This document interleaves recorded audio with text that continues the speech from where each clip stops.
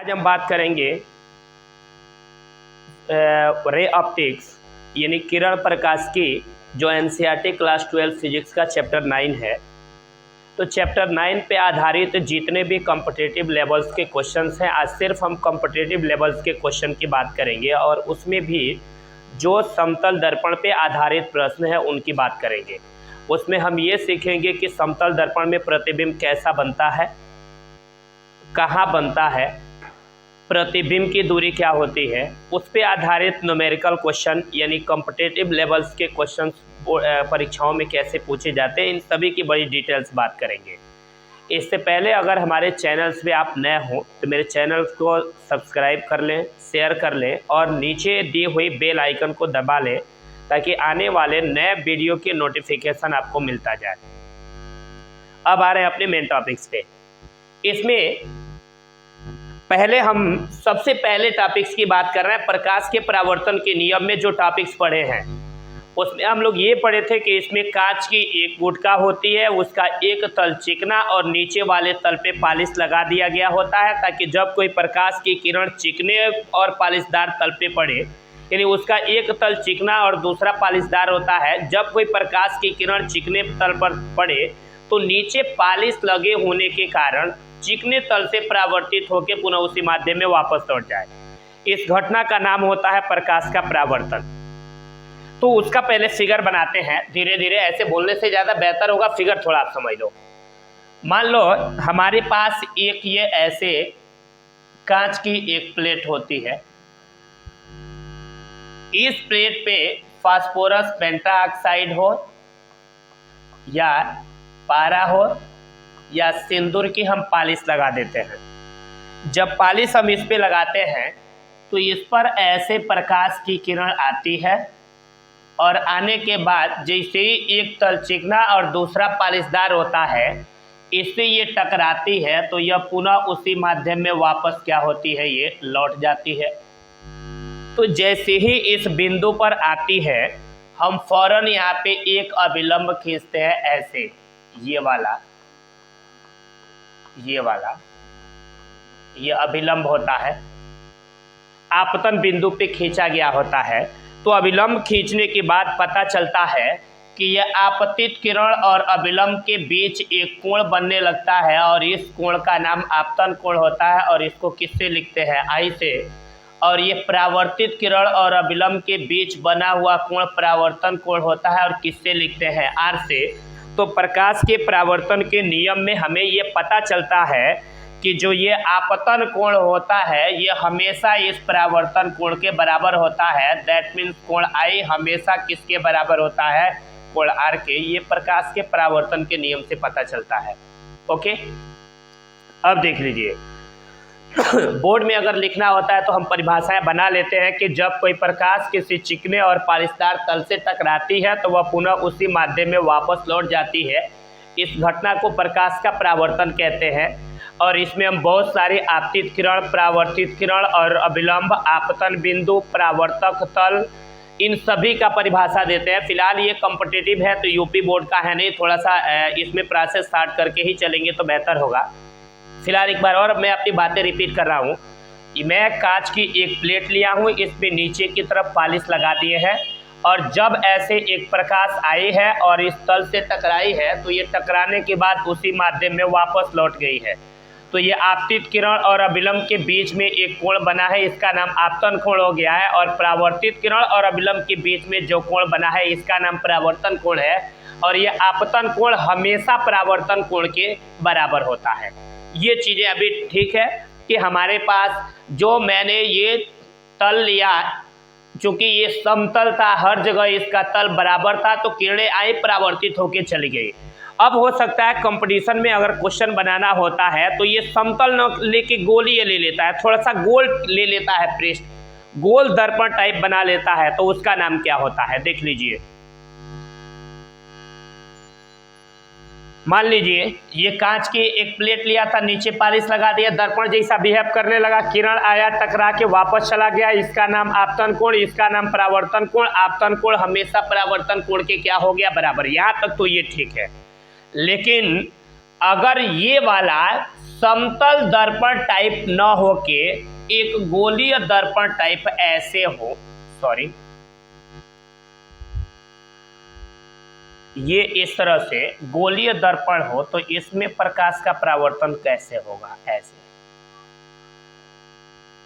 ये ऐसे हो तो ये इसका केंद्र O है। मान लीजिए इस पर ऐसे एक किरण आती है, इस तरह से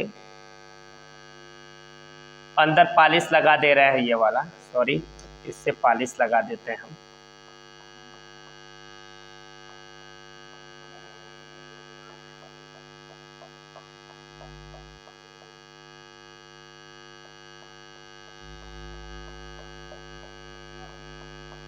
ऐसे पॉलिश लग गया। एक किरण यहाँ पे ऐसे आ रही है और जैसे ही आके इससे टकराएगी, पहले हमको अभिलंब खींच रहा है, तो याद रखना जो भी हम अभिलंब खींचेंगे इसका ये प्रॉपर्टीज होगा कि वह अभिलंब कहाँ से जाना चाहिए? केंद्र से। ऐसे ऐसे केंद्र से अभिलंब खींचेंगे, चला जाएगा और उसके बाद ये किरण परावर्तित होगी तो ये यहाँ से ऐसे बना लीजिए, चली जाएगी ऐसे। तो यहाँ पे बनाए आपतित किरण और अभिलंब के बीच बना कोण आपतन कोण I से लिखे हैं, और ये परावर्तित किरण और अभिलंब के बीच बना कोण परावर्तन कोण कहते हैं, और किससे लिखते हैं? R से। तो ये आपतन कोण I हमेशा इस परावर्तन कोण R के क्या होगा? बराबर होगा। तो हम देख रहे हैं कोण I इक्वल टू क्या हो जाएगा? कोण R। लेकिन अभी तक तो मैं यही देख रहा हूँ कि ये आपतित किरणें इस अभिलंब के साथ कुछ एंगल बना रही है, तो नाम आपतन कोण परावर्तन कोण हो रहा है। अगर हमारे पास आपतित और परावर्तित किरण अभिलंबों के साथ कोई एंगल नहीं बनाए तो हमारे पास आपतन कोण और परावर्तन कोण की वैल्यू क्या मिलेगी? क्या ये बराबर होंगे कि जीरो होंगे? तो इस पे थोड़ा सा भी विचार कर लेते हैं। अभी ये बेसिक कंसेप्ट है कि मैं फिलहाल एक कांच का ये गुटका लिया था, इसके एक तल पे पॉलिश लगा दिया, दूसरे वाले तल को चिकना रहने दिया, तो ये एक दर्पण बन गया। और जैसे ही ये किरण आई और इस दर्पण से टकराई, टकरा के बाद वापस गई, जिस बिंदु पर टकराई हमने एक अभिलंब खींचा, तो आपतित किरण और अभिलंब के बीच बना कोण का नाम आपतन कोण हुआ, I से लिखे। फिर परावर्तित किरण और अभिलंब के बीच बने हुए कोण का नाम परावर्तन कोण हुआ और इसको R से लिखे। तो मैंने क्या देखा? प्रकाश के परावर्तन का नियम ये कहता है कि यह आपतन कोण हमेशा परावर्तन कोण के बराबर होता है। दैट मीन्स कोण I हमेशा किसके बराबर होता है? कोण R का। तो मैंने देखा है कि हमने एक ये सीधा कांच की प्लेट लिया था, दैट मीन्स ये दर्पण बना, एक समतल दर्पण टाइप बना है, तो इस पे प्रकाश का परावर्तन इस प्रकार से हुआ, तो कोण I बराबर कोण R हुआ। लेकिन वही एक गोलीय दर्पण ले लेंगे, कांच का एक खोखला गोला ले लेंगे और उसके अंदर पॉलिश लगाएंगे तो वह एक गोलीय दर्पण होगा। तो उस गोलीय दर्पण में प्रकाश का परावर्तन कैसे होगा? तो मैंने एक गोलीय दर्पण बनाया और इस पे एक किरण आपतित किया, और जब अभिलंब को हमने खींचा तो ये अभिलंब कहीं से नहीं जाएगा, हमेशा इस गोलीय दर्पण के सेंटर से होके यह अभिलंब ऐसे जाएगा। तो यह अभिलंब को मैंने यहाँ सेंटर से लेके गया, इसके बाद ये किरण यहाँ से परावर्तित होकर इधर चले गई, तो आपतित किरण और अभिलंब के बीच बना कोण आपतन कोण मिला और ये परावर्तन कोण मिला। तो यहाँ भी कोण I बराबर क्या हुआ? कोण R। तो मैंने एक चीज इसमें सिमिलरिटी देखा कि इसमें भी जो अभिलंब था आपतित किरण के साथ कुछ कोण बना रहा था जिसका नाम I था, इसमें भी अभिलंब आपतित किरण के साथ कुछ कोण बना रहा है जिसका नाम I है। और यहाँ पे मैं फिगर बना रहा हूं तो इसमें आप बोलेंगे कि इनके बीच कोई कोण बन रहा है कि नहीं। यहाँ पे देखेंगे आप, मान लीजिए पहले हमारे पास ये एक समतल दर्पण ही बना लेते हैं, यहाँ पे ऐसे इस तरह हमारे पास अब ये किरण ऐसे सीधे आई, सीधे आई और टकराने के बाद फिर से ये सीधे चली गई, तो भाई अभिलंब मिला ही नहीं। तो जब अभिलंब इसमें मिला ही नहीं तो क्या इसमें आपतन कोण और परावर्तन कोण मिलेंगे? तो बिल्कुल नहीं मिलेंगे, क्योंकि इसमें आपतन कोण की वैल्यू भी नहीं और परावर्तन कोण R की वैल्यू भी नहीं। जब दोनों नहीं है तो इन दोनों का मान यहाँ पे क्या होगा? 0। इसका मतलब ये हुआ है कि जब किसी समतल दर्पण पे, फिलहाल समतल दर्पण की बात कर रहे हैं, कि जब किसी समतल दर्पण पे कोई किरण लंबवत गिरेगी तो वह लंबवत उसी माध्यम में वापस लौट जाएगी। इस स्थिति में आपतन और परावर्तन कोण की वैल्यू क्या मिलेगा? 0। ये तो समतल दर्पण की हुई। अब थोड़ा सा गोलीय दर्पण की विचार करते हैं। यहाँ पे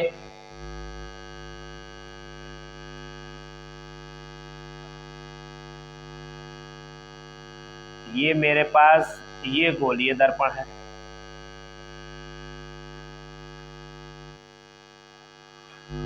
थोड़ा सा इसको सही कर रहे हैं।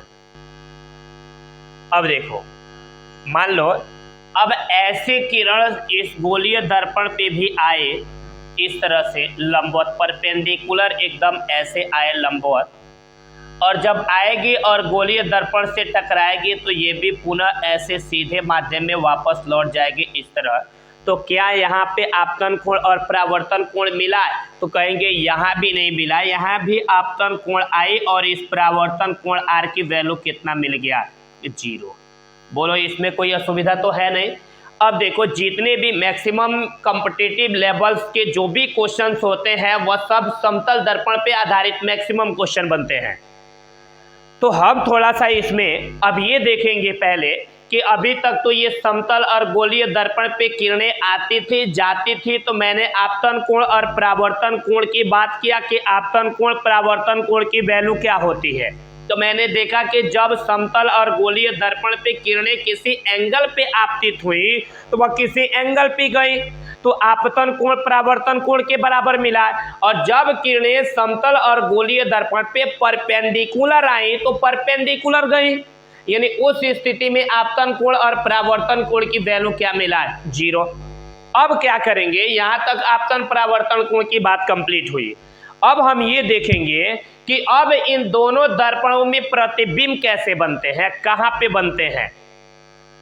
तो अब क्या करेंगे, समतल दर्पण द्वारा पहले प्रतिबिंब बनना सीखेंगे कि आखिर समतल दर्पण में किसी वस्तु का प्रतिबिंब बनता कैसे है, कितनी दूरी पर बनता है, उसकी प्रकृति क्या है, उसका प्रतिबिंब बनता है। तो मेरे कहने का मतलब जो दर्पण लिया जाएगा उसका दृष्टि क्षेत्र क्या होगा, इन सभी की डिटेल्स बात कर रहे हैं। अब देखें कि मान लीजिए अगर किसी वस्तु को समतल दर्पण के सामने रखा जाए तो उसका प्रतिबिंब कैसा और कितनी दूरी पर बनेगा, पहले इसको बनाएंगे।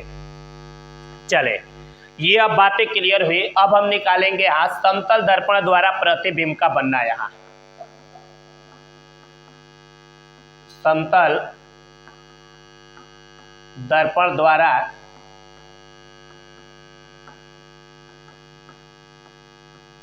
प्रतिबिंब का ये बनना,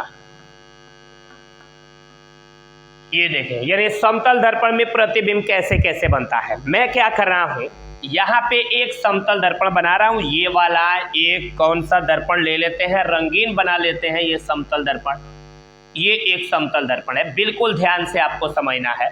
मैंने इसके एक तरफ ये पेंटिंग कर दिया, यानी पॉलिश लगा दिया, तभी समतल दर्पण बनेगा। विदाउट पॉलिश तो वह शीशा है, प्रकाश एक तरफ एंटर करेगा, दूसरी तरफ से बाहर निकल जाएगा। ये समतल दर्पण है। मैंने क्या किया है, इसके सामने बिंदु O पे एक वस्तु को रखा, या ये बिंदु O था और इस बिंदु O पे मैंने एक वस्तु को क्या किया, रखा। रखने के बाद देखा कि आखिर इस वस्तु का प्रतिबिंब बनता कैसे है। तो हमने देखा कि इस वस्तु से ये किरणें ऐसे निकल के दर्पण पे जाती हैं, इस तरह से ऐसे, और जाने के बाद ये टकरा के इस दर्पण से, भाई जाहिर सी बात है ये शीशा है, ये दर्पण है, तो इससे टकरा के किरणें ऐसे वापस चली जाएंगी, इस तरह से, इससे टकरा के किरणें ऐसे वापस चली जाएंगी, सॉरी ऐसे,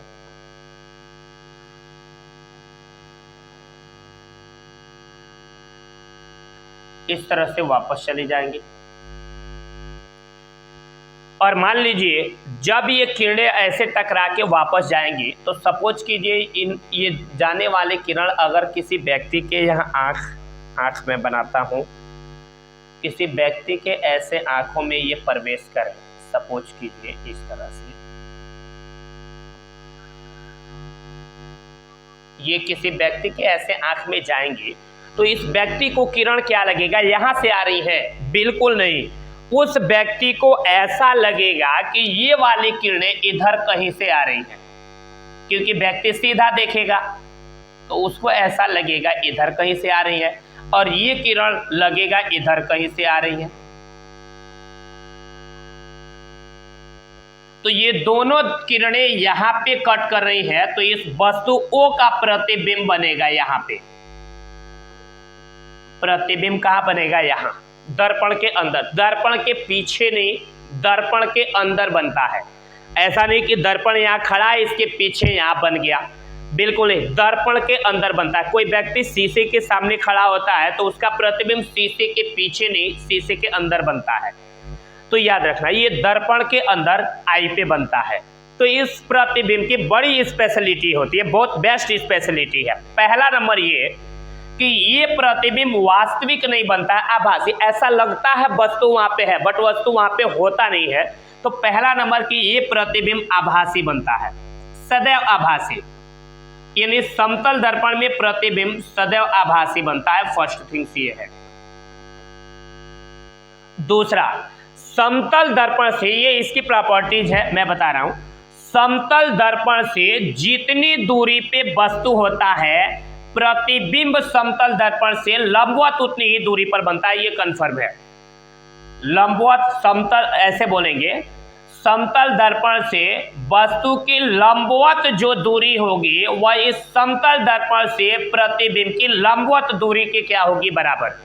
यानी समतल दर्पण से जितनी दूरी पर वस्तु होगा उतना ही दूरी पर क्या बनेगा? प्रतिबिंब। याद रखना, अगर x अक्ष पे 2 सेमी की दूरी पर कोई वस्तु है तो उसका प्रतिबिंब y अक्ष से 2 सेमी की दूरी पर बनेगा। कंफर्म है ये। तो मान लीजिए इस समतल दर्पण से L दूरी पर अगर वस्तु रखा गया है तो इसका प्रतिबिंब L दूरी पर बनेगा। यानी समतल दर्पण द्वारा बना हुआ प्रतिबिंब और वस्तु की दूरी, समतल दर्पण से वस्तु की दूरी इक्वल टू समतल दर्पण से प्रतिबिंब की दूरी। यानी ये दोनों चीज आपस में क्या होते हैं? बराबर। ये भी लिख दे रहे हैं। तो ये बहुत बेस्ट प्रॉपर्टी, इन्हीं का इस्तेमाल करके हम क्वेश्चन हल करेंगे। समतल दर्पण से प्रतिबिंब की लंबवत दूरी ये बराबर होगा किसके? समतल दर्पण से प्रतिबिंब की लंबवत दूरी, या बस समतल दर्पण से वस्तु की पहले लिख लेते हैं तो बेहतर रहेगा। वस्तु की लंबवत दूरी इक्वल टू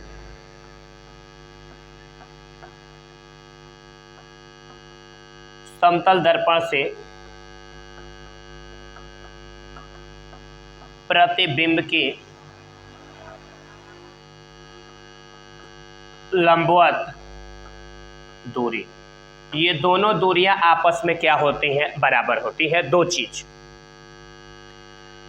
ये दो चीजें हैं और दोनों चीजों को बहुत ध्यान से समझना है। लंबवत दूरी का मतलब ये वाली जो डिस्टेंस है, ये डिस्टेंस L, ये वाली इस डिस्टेंस L के क्या होंगी? बराबर होंगे। ये चीजें हमें ध्यान में रखना है। पहला, समतल दर्पण में प्रतिबिंब कैसा बनता है? तो पहला नंबर ये सदैव आभासी बनता है। दूसरी क्या है कि समतल दर्पण में वस्तु की जो लंबवत दूरी होती है ये इससे बनने वाले प्रतिबिंब की लंबवत दूरी की क्या होती है? बराबर। तीसरा नंबर, समतल दर्पण में प्रतिबिंब दर्पण के पीछे नहीं, दर्पण के अंदर बनता है। ये चीजें हमें ध्यान में रखना है। यानी 3 चीजें हमको बिल्कुल ध्यान से देख लेने हैं। अब क्वेश्चन ये है कि मान लो ऐसे सिर्फ कह देने से नहीं चलेगा कि समतल दर्पण में जो वस्तु की लंबवत दूरी होगी वह समतल दर्पण से बने प्रतिबिंब की लंबवत दूरी से बराबर होगी। कहने से मतलब नहीं है, ये प्रूफ करके भी मैं दिखा दे रहा हूं कि ये दूरियां हमेशा आपस में क्या होती है? बराबर। यानी जितनी दूरी पे वस्तु रखा रहेगा समतल दर्पण में उतना ही दूरी पर प्रतिबिंब बनेगा और वह हमेशा आभासी बनेगा, कभी भी यह वास्तविक नहीं बनेगा। ओके, अब क्या कर रहे हैं? इसका प्रूफ करने के लिए मैं रे डायग्राम बना रहा हूं और इसका प्रूफ करके दिखाऊंगा। इसको ध्यान से समझेंगे आप। अब प्रूफ करेंगे वह दोनों दूरियां बराबर होंगी। इसके लिए मान लीजिए मैं यहाँ पे एक समतल दर्पण ये बना रहा हूं।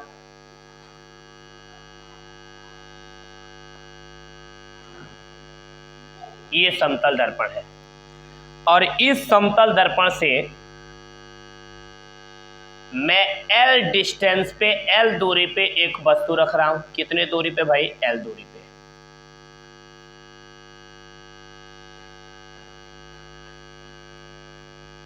और ये प्रूफ करेंगे ये दोनों दूरियां आपस में बराबर होती हैं। तो जाहिर सी बात है L दूरी पे रखेंगे तो क्या होगा,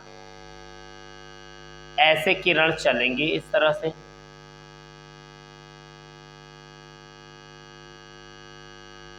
ऐसे किरण जाएंगी और यहां से टकरा के ऐसे वापस चले जाएंगे इस तरह से। और जब ये किसी व्यक्ति के आंख में प्रवेश करेंगे तो उन्हें लगेगा ये किरणें इधर कहीं से आ रही है, ऐसे। ओके। एक दूसरी किरण यहां से ये सीधे ऐसे लंबवत जाएगी, परपेंडिकुलर। याद होगा आपको जो दो केस बनाए थे, जो किरण ऐसे लंबवत जाएगी, ये यहां से टकराएगी, ये तो लंबवत क्या होंगे, वापस चले जाएंगे। जब ये किसी व्यक्ति के इधर आंखों में ये आके इंटर करेंगे ऐसे, ये वाली किरण ऐसे, तो इस व्यक्ति को लगेगा इधर कहीं से आ रही है, इधर से। तो हम देख रहे हैं ये दोनों किरणें यहाँ पे कट कर रही है, तो इस O का प्रतिबिंब बन जाएगा यहाँ पे। समझते रहना मेरी बात ध्यान से, यहाँ पे बनेगा। अब देखिए इसमें कोई दिक्कत तो है नहीं, अभी फिलहाल L नहीं मान रहे हैं तो बेहतर होगा।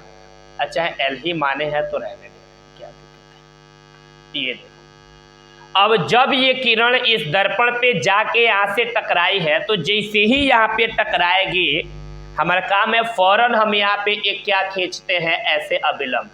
क्या खींचते हैं भाई? अभिलंब। ध्यान से समझना, अभी फौरन प्रूफ हो जाएगा, ये थोड़ा सा भी कॉम्प्लिकेटेड नहीं है। ये अभिलंब ऐसे खींचना है, कोई दिक्कत तो है नहीं इसमें।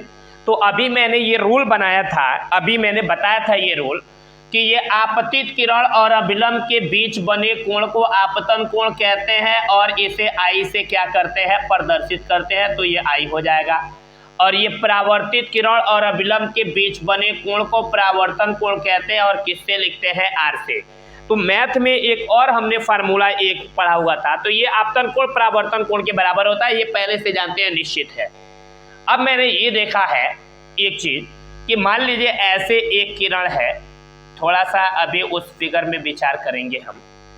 एक मैंने ऐसे अभिलंब खींचा है, इस पे थोड़ा सा विचार करिए। यानी एक किरण ये ऐसे आई है और एक ये ऐसे गई है। दोबारा एक ऐसे आई है, इसको मैंने यहां बना लिया, एक ये डॉटेड लाइन से अभिलंब है, मैंने ये बना लिया। मैंने देखा कि ये परावर्तित किरण और अभिलंब के बीच ये बना कोण परावर्तन कोण है, ये R, तो ये R है, तो ये भी क्या हो जाएगा, R। क्योंकि दो तिर्यक रेखाएं एक दूसरे को जहाँ पे काटती हैं, सामने सम्मुख जो कोण बनते हैं उनको शीर्षाभिमुख कोण कहते हैं, और ये हमेशा आपस में क्या होते हैं, बराबर होते हैं। तो इसका मतलब जब ये वाला एंगल R है तो ये वाला भी एंगल कितना हो जाएगा, R। कोई दिक्कत तो है नहीं, ये ज्योमेट्री है, थोड़ा सा समझना पड़ेगा। एक चीज ये हो गया।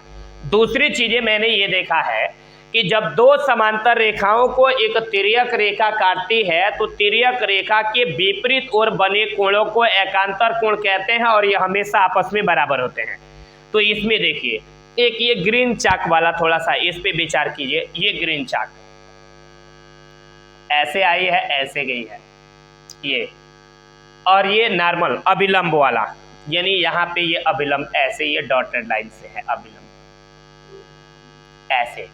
तो आप देखिए एक यहाँ पे तिर्यक रेखा काटा हुआ है, ऐसे कट आउट किया है ये वाला। तो आप देखिए यहाँ नीचे यहाँ पे कौन सा कोण बना है, I। तो जब यहाँ पे कोण बना है I, तो यहाँ पे भी कितना कोण बनेगा, I, ये कन्फर्म है। एक आप देखिए ऐसे कट किया है एक, तो ये वाले कोण भी कौन से कोण होंगे, एकांतर कोण होंगे। जब यहाँ पे कोण बना है R, तो यहाँ पे भी क्या हो जाएगा, R। तो इससे ये पता चल जा रहा है कि जब यहाँ पे आपतन कोण I है तो यहाँ पे भी क्या होगा, I, क्योंकि एकांतर कोण है, बराबर होंगे। यहाँ अपवर्तन कोण R है तो यहाँ पे भी क्या हो जाएगा, R, क्योंकि ये भी एकांतर कोण है, आपस में क्या होंगे, बराबर। और यहाँ पे हमारा जो एंगल है, ये पहले से ये एंगल 90 डिग्री का है। कितना डिग्री है भाई? 90 डिग्री। तो हम कहें, मान लीजिए हमारे पास ऐसा एक त्रिभुज है, सपोज कीजिए एक त्रिभुज है, तो त्रिभुज के तीनों कोणों का योगफल 180 होता है। 180 में ये अकेले दे दिया हो 90 डिग्री, तो इन दोनों को मिला के 90 होंगे, तब ना ये 90 या 90 मिलके 180 हो जाएगा। तो मान लीजिए ये 90 है और ये मैं बोलूँ कि 30 डिग्री है, हम कहें ये कितना होगा, तो बोलोगे 60 डिग्री होगा, तब है ना 60 और 30 मिलके 90, 90, 90, 180 होगा ना। तो ये वाला एंगल कैसे निकला? तो निकालने का इसका तरीका मिला भाई, पहले से 90 था, आज ये वाला एंगल जैसे ही पता हुआ 90 में से मैंने इस एंगल को घटा दिया तो यहाँ का मिल गया, यानी यहाँ का एंगल मिल गया 90 माइनस 30। तो ऐसे ही यहाँ का 90 डिग्री एंगल हमारे पास है और यहाँ पे एंगल क्या मिल गया है? आई। तो मैं पूछूं कि यहाँ पे जो कोण बन रहा है इस कोण का मान क्या होगा, तो आप बोलोगे 90 माइनस आई होगा, और यहाँ वाले कोण का मान पूछे तो बोलोगे ये 90 माइनस क्या हो जाएगा? आर होगा। क्लियर हो गया? यानी यहाँ पे मुझे क्या पता चल गया यहाँ पे कि जो 90 माइनस ये आई है, ये इस 90 माइनस आर के क्या है? बराबर है। कोई प्रॉब्लम तो है नहीं इसमें। तो अब ये देख रहे हैं ये 90 माइनस आई इक्वल टू ये 90 माइनस आई, आर के जगह पे भी हम क्या लिख सकते हैं? आई। क्यों हम आर के जगह पे आई लिखेंगे? क्योंकि ये आपतन कोण हमेशा इस परावर्तन कोण के क्या होता है? बराबर होता है। इसलिए मैंने इस आर के जगह पे भी क्या लिख दिया? आई। तो हमने देखा ये दोनों कोण आपस में क्या हो गए? बराबर हो गए। जब ये दो कोण आपस में बराबर होती हैं तो इन कोणों के सामने वाली भुजा भी आपस में क्या होती है? बराबर होती है। तो जाहिर सी बात है जब यह कोण इस कोण के बराबर होगा तो जाहिर सी बात है यह भुजा इस भुजा के क्या होगी? बराबर। अगर इस भुजा की लंबाई l है तो इसकी भी लंबाई क्या हो जाएगी? l, यानी दोनों ये l l आपस में क्या हो गए? बराबर। तो यही तो मैंने आपको पहले ही बोला था कि समतल दर्पण से जितनी दूरी पर वस्तु रखी होती है लंबवत उतनी ही दूरी पर उसका क्या बनता है? प्रतिबिंब बनता है। ये चीजें याद रखना है कि समतल दर्पण से जितनी दूरी पर वस्तु होगी उस समतल दर्पण से उतना ही दूरी पर हमारा क्या बनेगा? प्रतिबिंब। यानी ये और ये दूरियां हमेशा आपस में क्या होंगी? बराबर। मैं आपसे कहूं एक समतल दर्पण से 40 सेमी की दूरी पर एक वस्तु रखी जाती है, तो समतल दर्पण से कितनी दूरी पर प्रतिबिंब बनेगा? तो आप श्योर बताओगे कि 40 सेमी दूरी पर बनेगा। तुम्हारा एक वस्तु समतल दर्पण से 25 सेमी की दूरी पर रखी जाती है, तो उस समतल दर्पण द्वारा कितनी दूरी पर प्रतिबिंब बनेगा? तो बोलोगे 25 सेमी, क्योंकि समतल दर्पण से जितनी सेमी की दूरी पर कोई वस्तु रखी जाएगी प्रतिबिंब लंबवत उतना ही दूरी पर बनेगा। यही चीजें क्लियर करना है। अब देखें मैं कुछ क्वेश्चंस करा रहा हूँ, इसमें जो असुविधाएं होंगी बोलिएगा। जैसे मैं बोल रहा हूँ कि हमारे पास एक ये समतल दर्पण है, अब प्रतिबिंब का बनना बता रहे हैं स्टेप बाय स्टेप करके। ये 1 नंबर, तरह तरह के इमेज बनाएंगे और आप सीख जाओगे कि इसका इमेज कैसे होगा। ये हमारे पास एक समतल दर्पण है, मैं बोल रहा हूँ इस समतल दर्पण से मैं बोल रहा हूँ कि इस समतल दर्पण से 2 सेमी की दूरी पर एक वस्तु रखी है। कितना सेमी की दूरी पर भाई? 2 सेमी की दूरी पर वस्तु रखी है, तो प्रतिबिंब कितना दूरी पर बनेगा? कैसे आप बनाओगे? तो आसान तरीका, शुरू से ही तरीका अपना लो। वस्तु कितना सेमी की दूरी पर है? 2, तो स्केल से 2 सेमी दूरी पर वस्तु है, तो यहाँ से लंबवत मापना, ये नहीं ऐसे नहीं, लंबवत ये 2 सेमी दूरी माप लेना। मान लो यहाँ पे आएगा तो समझ लो ये O है, तो इतना दूरी पर ये क्या बनेगा? प्रतिबिंब। जाहिर सी बात है प्रतिबिंब बनेगा। अब आपको कुछ नहीं करना है, एक किरण आपको यहाँ से लेके जाना है और एक किरण यहाँ से लेके जाना है। तरीका आपको बता रहे हैं, ऐसे ये जाएंगी, ऐसे क्या होंगी? ये जाएंगी, और जाहिर सी बात है ये दोनों किरणें यहाँ पे मिलेंगी तभी ना प्रतिबिंब बनेगा। तो पहले ही डॉटेड लाइन से इन दोनों किरणों को मिला लेना, ऐसे डॉटेड लाइन से मिलाना है क्योंकि इसमें प्रतिबिंब आभासी बनता है। ऐसे ये मिल गया ना किरण।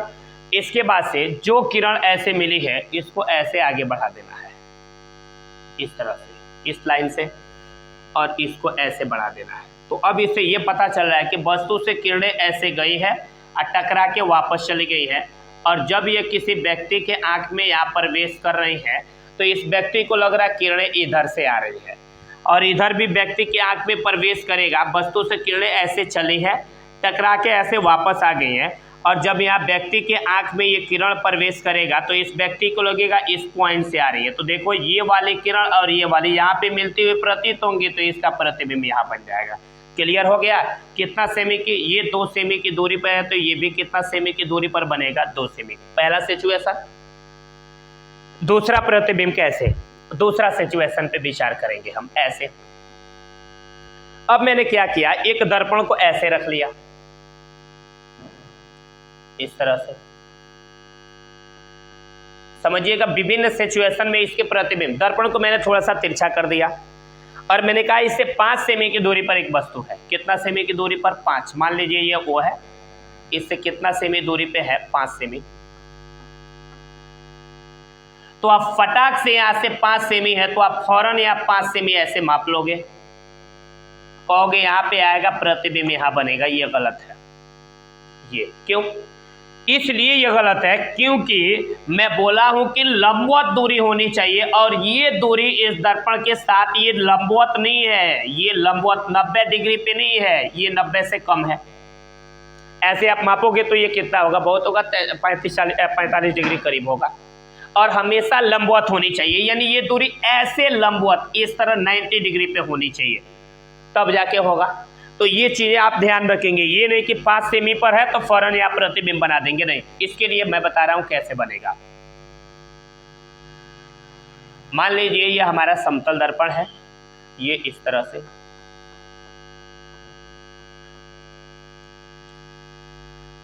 इससे 5 सेमी की दूरी पर मान लीजिए ये O है, और दर्पण से इसकी दूरी कितना है? 5 सेमी। 5 सेमी की दूरी पर वस्तु है, ठीक है। तो ये 90 डिग्री पे है भी। ऐसे ये नहीं, ऐसे नहीं नापेंगे, ये 90 डिग्री परपेंडिकुलर करेंगे 90 डिग्री। तो 5 सेमी की दूरी पर है, तो ये परपेंडिकुलर, ये 5 सेमी की दूरी पर ऐसे यहाँ इमेज बन जाएगा, यहाँ पे ये आई बनेगा। अब ये मान लीजिए 5 सेमी की दूरी पर थी, 5 सेमी की दूरी पर प्रतिबिंब बन गया। कह दे किरण आरेख दिखाइए, तो कैसे दिखाएंगे किरण आरेख? आसान तरीका किरण आरेख दिखाने का, आप किरणें यहां से लेके जाओ इस तरह से एक, और एक किरण यहां से लेके आओ। अब किरण परावर्तित करने से पहले प्रतिबिंब से इसको मिला लेना, इसको भी क्या करना? ऐसे मिला लेना, ऐसे। अब जो ये किरण आ रही है इसी को पकड़ के ऐसे आगे बढ़ा दो, ये किरण जो ऐसे आई है इसी को पकड़ के ऐसे आगे बढ़ा दो, ये इस तरह से ऐसे। अब देखो किरण ऐसे लग रहा है कि ऐसे जा रही है, और दर्पण से टकरा के वापस चली गई, यहाँ से भी गई, टकरा के वापस चली गई, और जब किसी व्यक्ति की आंखों में प्रवेश करेंगी तो यहाँ से आती हुई प्रतीत होंगी। तो बस तो 5 सेमी की दूरी पे तो प्रतिबिंब क्या बन गया? 5 सेमी की दूरी पे ये ऐसा बना। अब देखो यहाँ तक ये दर्पण में प्रतिबिंब बनाना आपको समझ में आ रहा है। अब थोड़ा सा प्रोसेस को मैं और थोड़ा सा डिफिकल्ट कर रहा हूँ, थोड़ा सा और मैं चेंजिंग कर रहा हूँ इसमें। 2 कंडीशन, 2 सिचुएशन हो गया कि एक समतल दर्पण जब लंबवत था तो कैसे बना है, एक थोड़ा सा किसी एंगल पे तिरछा था तो कैसे बना है। अब बताएंगे कि अब थोड़ा सा दर्पण छोटा ही रह जाए तो क्या होगा, यानी दर्पण ऐसे है, वस्तु हमारे पास अब यहां पे हो, इसका प्रतिबिंब कैसे बनेगा? मान लीजिए दर्पण से सपोज कीजिए D दूरी पर है, इसका प्रतिबिंब कैसे बनेगा? जाहिर सी बात है लंबवत होनी चाहिए, और ये तो ऐसे करेंगे तो किसी एंगल पे होगा। तो इसके लिए हम इमेजिन कर लेंगे कि मैंने दर्पण को थोड़ा सा बढ़ाया,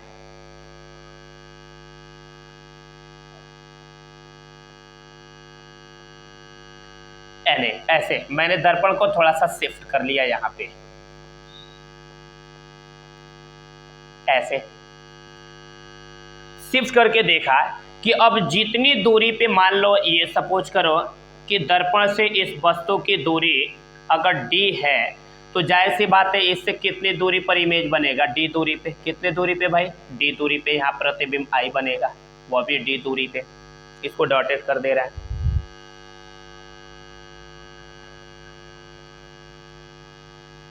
ऐसे D दूरी पर बनेगा। अब इसको बनाने का तरीका क्या है, ये इमेजिन किए है दर्पण, तो हम क्या करेंगे, यहाँ से दो रेज को ले जाएंगे,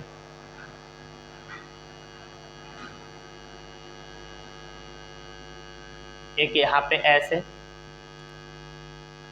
एक और रेज को उठाएंगे और मान लो इसको थोड़ा सा और ऊपर लेके जाएंगे दर्पण में, ऐसे शिफ्ट करेंगे इस तरह से। अब परावर्तित करने से पहले इन दोनों को हम क्या करेंगे, प्रतिबिंब से मिला लेंगे, ऐसे डॉटेड से, ऐसे इसको भी क्या करेंगे, ऐसे प्रतिबिंब से मिला लेंगे। अब ये मिल गया, मिलने के बाद ये अपरावर्तित होंगे, तो ऐसे जो ऐसे जाएंगी किरणें वह यहाँ से ऐसे सीधे निकल जाएंगे इस तरह से, और जो किरणें यहाँ से ये जा रही है, ये किरणें यहाँ से ऐसे सीधे निकल जाएगी इस तरह से। क्लियर हो गया। अब जो हम दर्पण माने थे इसको अब मैं मिटा दूं, ये कुछ ऐसे दिखेगा। क्लियर हो गया। तो अब समतल दर्पण में वस्तु यहाँ पे है तो इसका प्रतिबिंब यहाँ पे बनेगा, और दर्पण से वस्तु की दूरी दर्पण से प्रतिबिंब की दूरी के क्या होगा, बराबर। ये सिचुएशन जनरेट हुआ। क्लियर है। इस बेस पे एक क्वेश्चंस भी कर दे रहे हैं, एक क्वेश्चन। ये तीसरा सिचुएशन था हमारे बताने का, पहला ये, दूसरा ये, तीसरा ये, और इस बेस पे एक क्वेश्चन मैं यहाँ पे कर दे रहा हूं कि हमारे पास ये अक्ष है एक्स एक्सिस, ये क्या है वाई एक्सिस, समझते रहना। इस वाई एक्सिस से 45 डिग्री के एंगल पे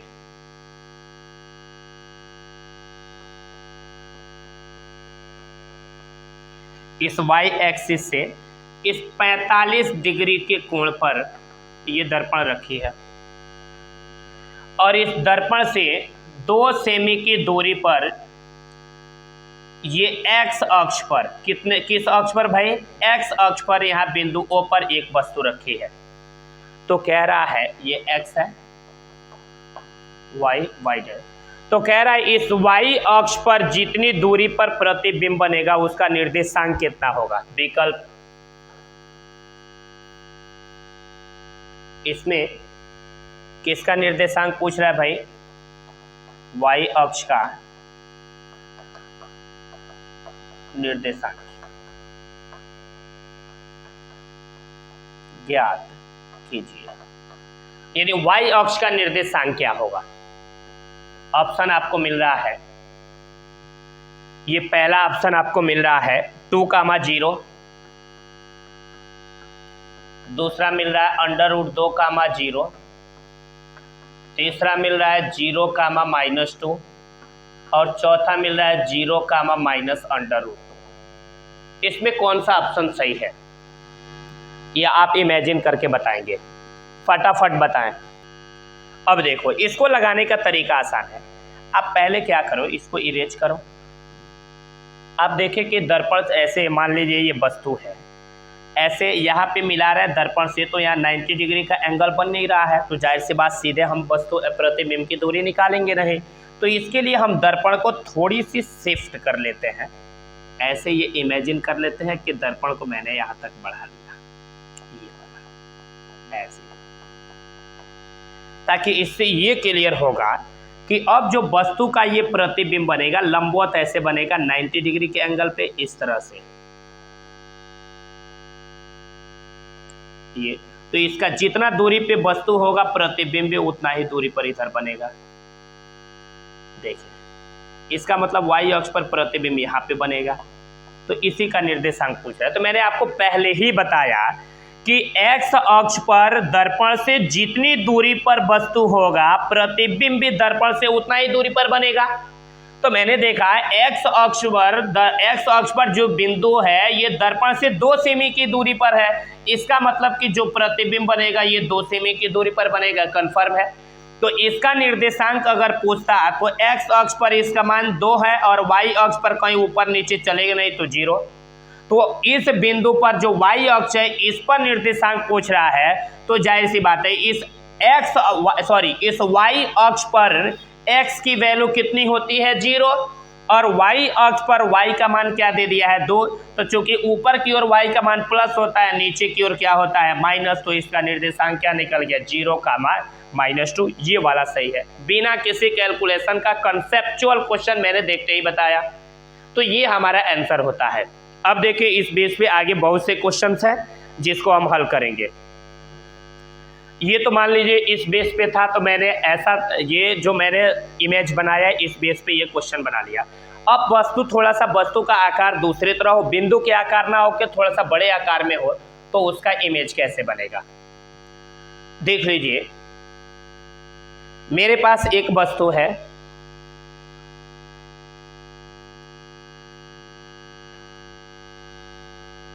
ये ऐसे, इसको मिटा रहे हैं।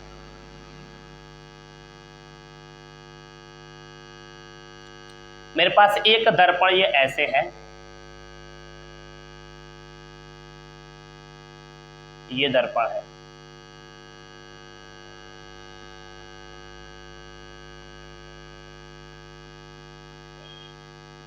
ऐसे। यहां पे मैं एक वस्तु रखा हूं इतना बड़ा, ये वस्तु ए बी है, तो इसका प्रतिबिंब कहाँ बनेगा? तो जाहिर सी बात है ये जितना दूरी पे, मान लीजिए अगर ये दर्पण से वस्तु डी दूरी पर रखा होगा तो इसका प्रतिबिंब भी दूसरी तरफ डी दूरी पर बनेगा। जाहिर सी बात है जितना दूरी पे रखा होगा उतना दूरी पर बनेगा। तो ये इमेजिन कर लेते हैं, मान लीजिए ये पॉइंट, ये बिंदु ए है, ये दर्पण से डी दूरी पर है, तो दर्पण के दूसरी तरफ डी दूरी पर ही ऐसे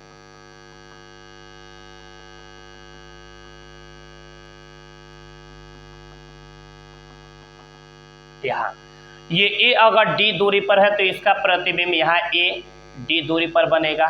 ये ए है तो ये ए डैश मान ले रहे हैं। ये बी अगर डी दूरी पर है तो दूसरी तरफ ये पॉइंट बी डैश डी दूरी पर ही बनेगा। और इनको मिला लेंगे तो ये क्या हो गया वस्तु, क्योंकि सीधा प्रतिबिंब बनेगा, बस आभासी बनेगा। यानी जितनी दूरी पे ये वस्तु है उतना ही दूरी पर क्या बन गया प्रतिबिंब। अब इसका किरण आरेख दिखाना है तो कैसे दिखाएंगे? तो आसान सा तरीका मैंने आपको पहले ही बताया था, ये कि पहले आप किरण ऐसे लेके जाओ, इस तरह से सिस्टमेटिक ऐसे लेके जाओ, आपतित करो और छोड़ दो। इस पे भी सेम ऐसे किरणें इस तरह लेके जाओ और आपतित करो, छोड़ दो। इसके बाद मैंने क्या तरीका बनाया था कि इसको ऐसे मिला लो, हेड को हेड से, टेल को टेल से, ऐसे मैंने इसको मिला लिया। मिलाने के बाद इसको मैंने यहां से ऐसे रिफ्लेक्ट कर लिया और इसको मैंने यहां से रिफ्लेक्ट कर दिया, ऐसे। क्लियर हो गया? यानी बस ऐसे वस्तु से चलने वाली किरण गई है, टकरा के वापस चली गई, और जब व्यक्ति की आंख में प्रवेश कर रही है तो लग रहा है यहां से आ रही है। फिर यहाँ से किरण गई है, दर्पण से टकरा के वापस चली आई है, और जब व्यक्ति यहाँ से देख रहा है तो उसे लग रहा है यहाँ से आ रही है। तो जितना दूरी पे वस्तु है उतना दूरी पर क्या बन जा रहा है? प्रतिबिंब बन जा रहा है। क्लियर हो गया ना? इसमें कोई असुविधा है नहीं। फटाफट इस तरह से आपके क्वेश्चंस कैलकुलेट होंगे, इसमें 1% कोई असुविधा नहीं होगी। अगर आप देखें किरण एक सीधे भी लेके जरूरत हो, क्योंकि हमारे पास 2 ही किरण काफ़ी होता है कटन बिंदु के लिए, लेकिन अगर आपको ज़रूरत है तो यहाँ से भी एक सीधी किरण ऐसे लेके जाते, इस तरह से सीधी एक किरण जाती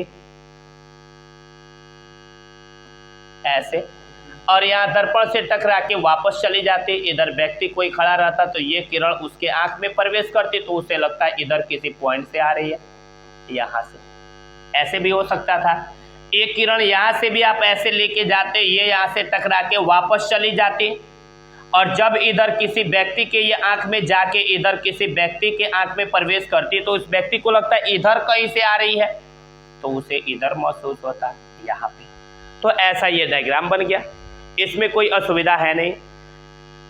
थोड़ा सा और इससे थोड़ा सा सेपरेट लेके चल रहा है वस्तु को, उसका भी आप डायग्राम देखेंगे। मान लीजिए ये तो ऐसे हो गया। अब इसको मिटा के एक और बना रहे हैं, या यहीं पे बनाने की कोशिश कर रहे हैं नीचे।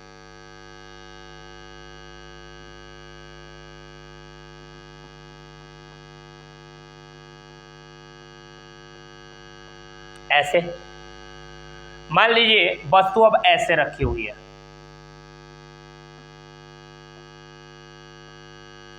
ये पॉइंट ए है, ये पॉइंट क्या है बी। इसका इमेज कैसे बनेगा? आसान सा तरीका। मान लीजिए जाहिर सी बात है, अगर ये 5 सेमी की दूरी पर इसका ए बिंदु होगा तो इधर 5 सेमी की दूरी पर ए बनेगा, यानी यहाँ पे पॉइंट ए होगा। ये ए है तो ये ए डैश होगा इधर। मान लीजिए अगर ये 10 सेमी की दूरी पर ऐसे ये 10 सेमी की दूरी पर रखा हुआ है तो लंबवत इधर 10 सेमी की दूरी पर बनेगा, यानी इसका पॉइंट बी यहाँ पे होगा। ये न हो सकता है भाई, तो ये बी है तो इधर क्या हो जाएगा? B dash. तो आसान तरीका इसको बनाने का, बिल्कुल सिस्टमेटिक है। एक किरण आप यहाँ से लेके जाओ, ऐसे कोई किरण आप लेके जाओ, छोड़ दो। फिर यहाँ से ऐसे कोई किरण आप सीधे लेके जाओ, यहाँ छोड़ दो। अब क्या करो, ये वाला ऐसे डॉटेड लाइन से मिला लो, इसको भी क्या करो आप ऐसे डॉटेड लाइन से मिला लो,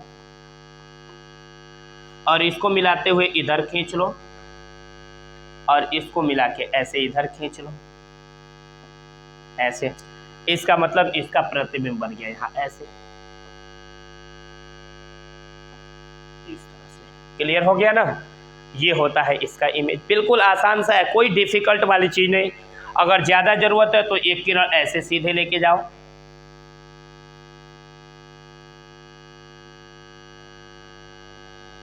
और यहाँ से टकरा के वापस आएंगे, और जब इधर किसी व्यक्ति के आंख में ये जाएंगे, सॉरी ऐसे, तो उसे लगेगा इसका पॉइंट यहाँ से आ रही है। एक किरण आपको जरूरत हो तो ऐसे सीधे लेके जाओ इस तरह से 90 डिग्री पे, और ये वापस होंगे, और जब किसी व्यक्ति के आंख में आएंगे तो उसे लगेगा इसका पॉइंट से ऐसे आ गई है। क्लियर हो गया? तो ये जितनी दूरी पे ये वस्तु था उतना ही दूरी पे इधर क्या बन गया? प्रतिबिंब। तो ये ऐसा टेढ़ा हो गया। अब घड़ी वाला थोड़ा सा प्रॉब्लम देख लेते हैं कि अगर घड़ी की बात हो, घड़ी की सुइयां अगर ऐसे रखी गई हो तो इसका कैसे बनेगा। मान लीजिए हमारे पास एक दर्पण यहाँ पे है,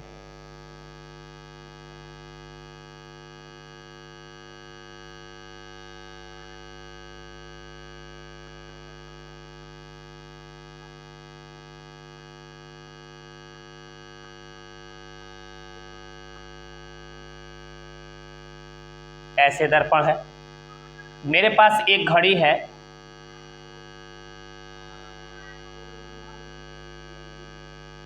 ये इस तरह से घड़ी है।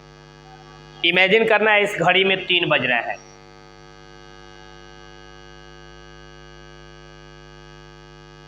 इमेजिन कितने बज रहे हैं? 3 बज रहे हैं। तो इसका प्रतिबिंब दर्पण में किधर बनेगा? मान लीजिए यहाँ पे 3 बज रहे हैं, तो इधर अगर प्रतिबिंब दर्पण जब इसका प्रतिबिंब बनाएगा तो जो घड़ी का प्रतिबिंब बनाएगा उसमें कितने बज रहे होंगे?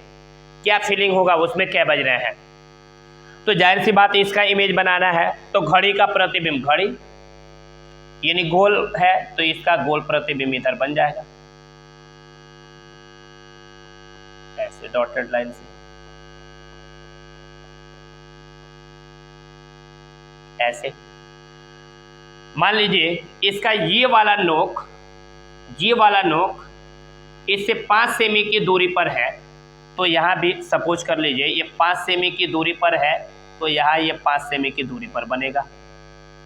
ये नोक, ये इसका सेंटर है, तो ये नोक इससे 5 सेमी की दूरी पर बनेगा, जाहिर सी बात है।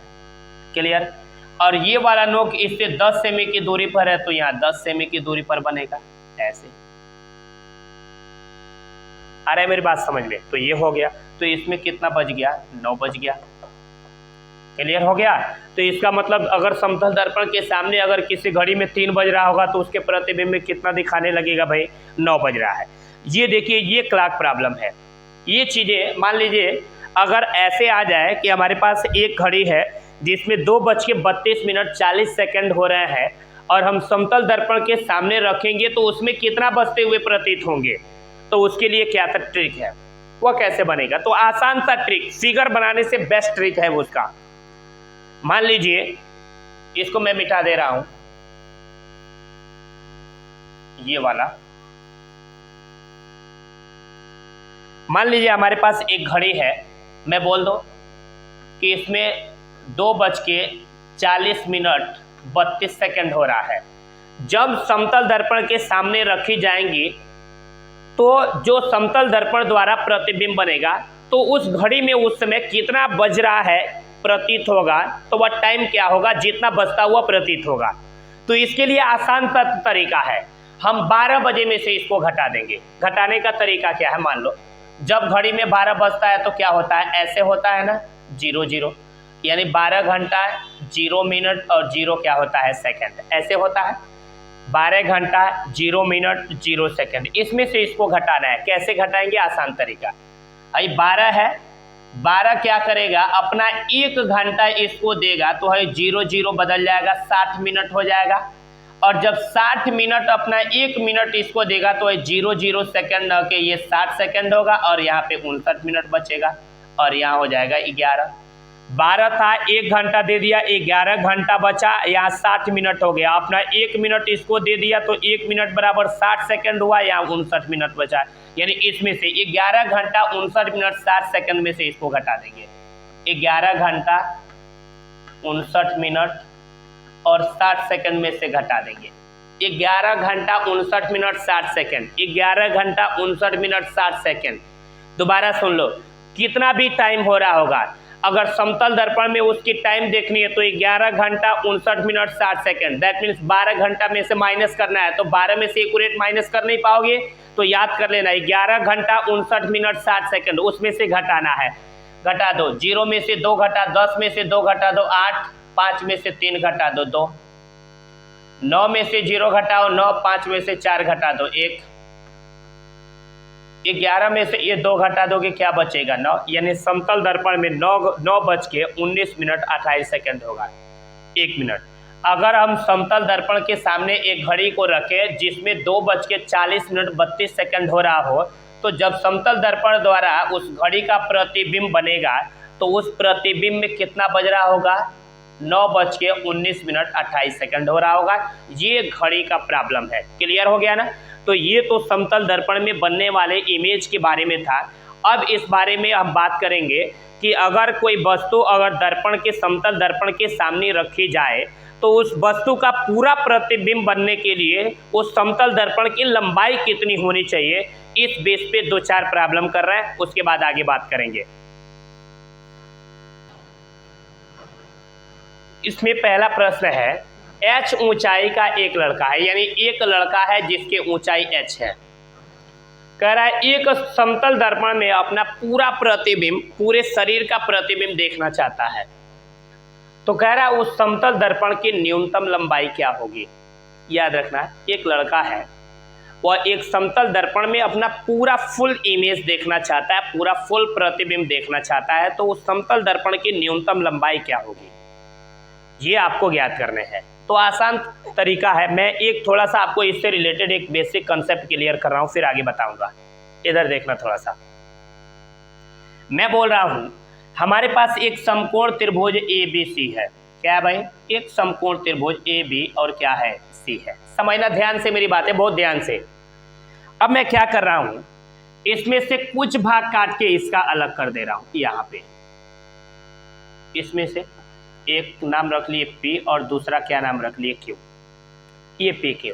तो अब मैंने देखा इसमें दो ठो अब हमारे त्रिभुज बन गया। कौन कौन सा त्रिभुज बन गया भाई, इसको मैं मिटा रहा हूँ। 2D लंबाई थी इसकी, तो मैं देख रहा हूँ एक ये बड़ा वाला बन गया, तो पहले मैं बड़ा वाला बना लेता हूँ। ये बड़ा वाला जो पहले था वही,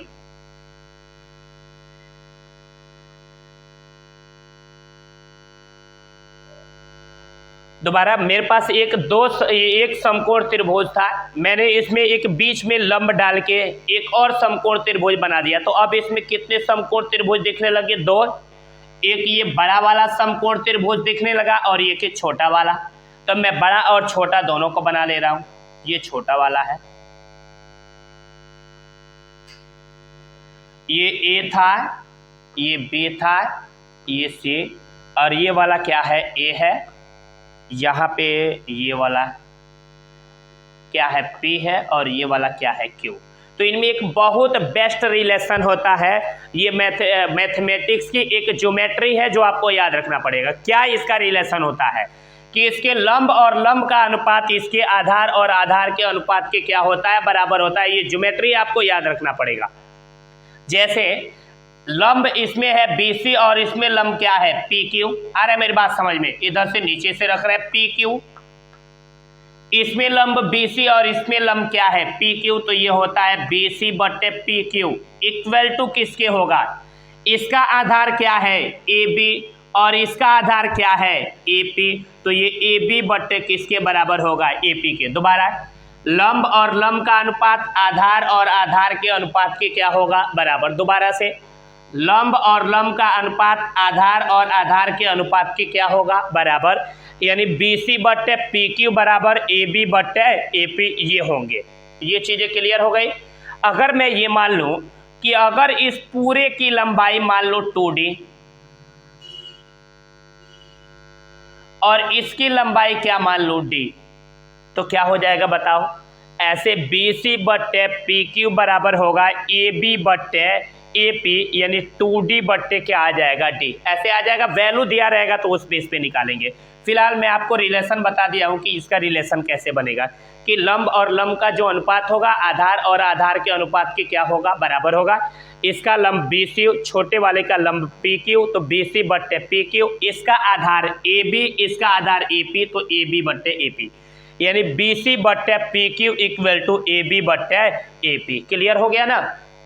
ये चीजें आपको याद रखना है। अब मैं थोड़ा सा एक चीज और याद रखना है कि अगर मान लो इसका मान आ गया x और इसका मान क्या आ गया, इसका मान मान लो x आ गया सपोज करो, और इसका मान लो BC है, तो अगर ये BC का मान सपोज करो अगर निकाले, अगर 2x आया, तो इसके नीचे अगर कोई रेखा होगा ना, अभी नहीं, कंफ्यूज करेगा।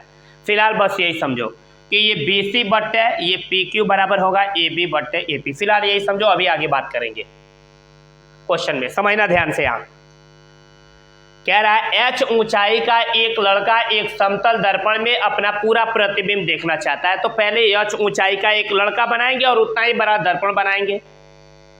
भाई हमारे पास ये h ऊंचाई का एक लड़का है, इमेजिन करना है आपको, एक लड़का, ये इसका सपोज करो हेड है, ये हेड सपोज कर लेना है कि इससे थोड़ा सा नीचे इसका आई होगा, आंख, और यहाँ पे इसका फुट यानी पैर होगा। क्लियर हो गया? ये पैर होगा। अब देखें यहाँ पे एक दर्पण, फिलहाल इतना ही बड़ा मैं दर्पण बना ले रहा हूं। यहाँ पे जितना बड़ा व्यक्ति उतना बड़ा मैं दर्पण बना लिया हूं स्टार्टिंग के लिए।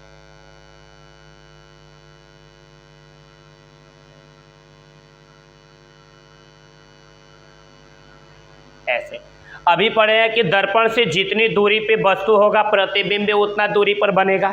तो यहां मैं प्रतिबिंब बना लेता हूं, इधर इतना दूरी पे है तो इतना दूरी पर इमेज बनेगा। यहाँ पे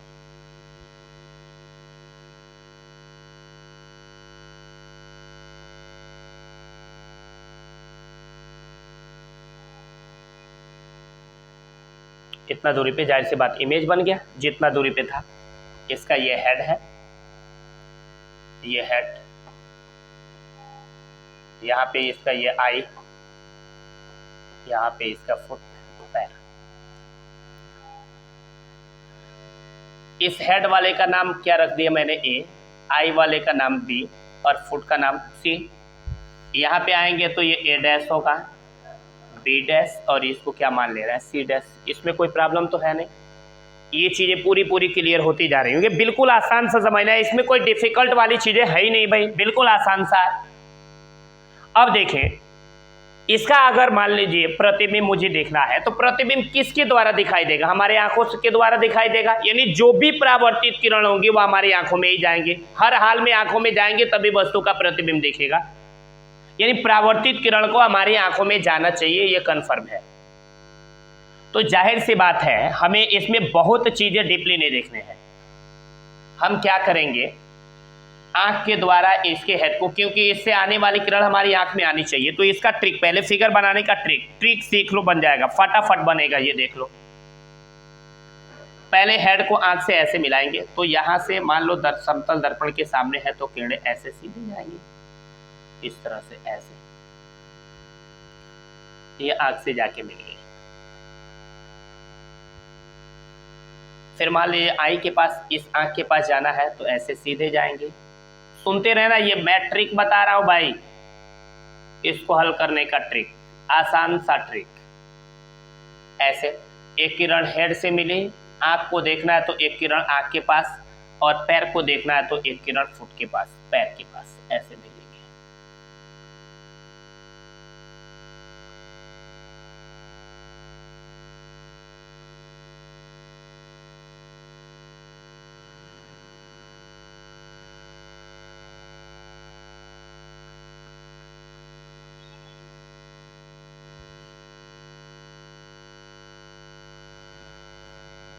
कहाँ टेढ़ा हो रहा है यार,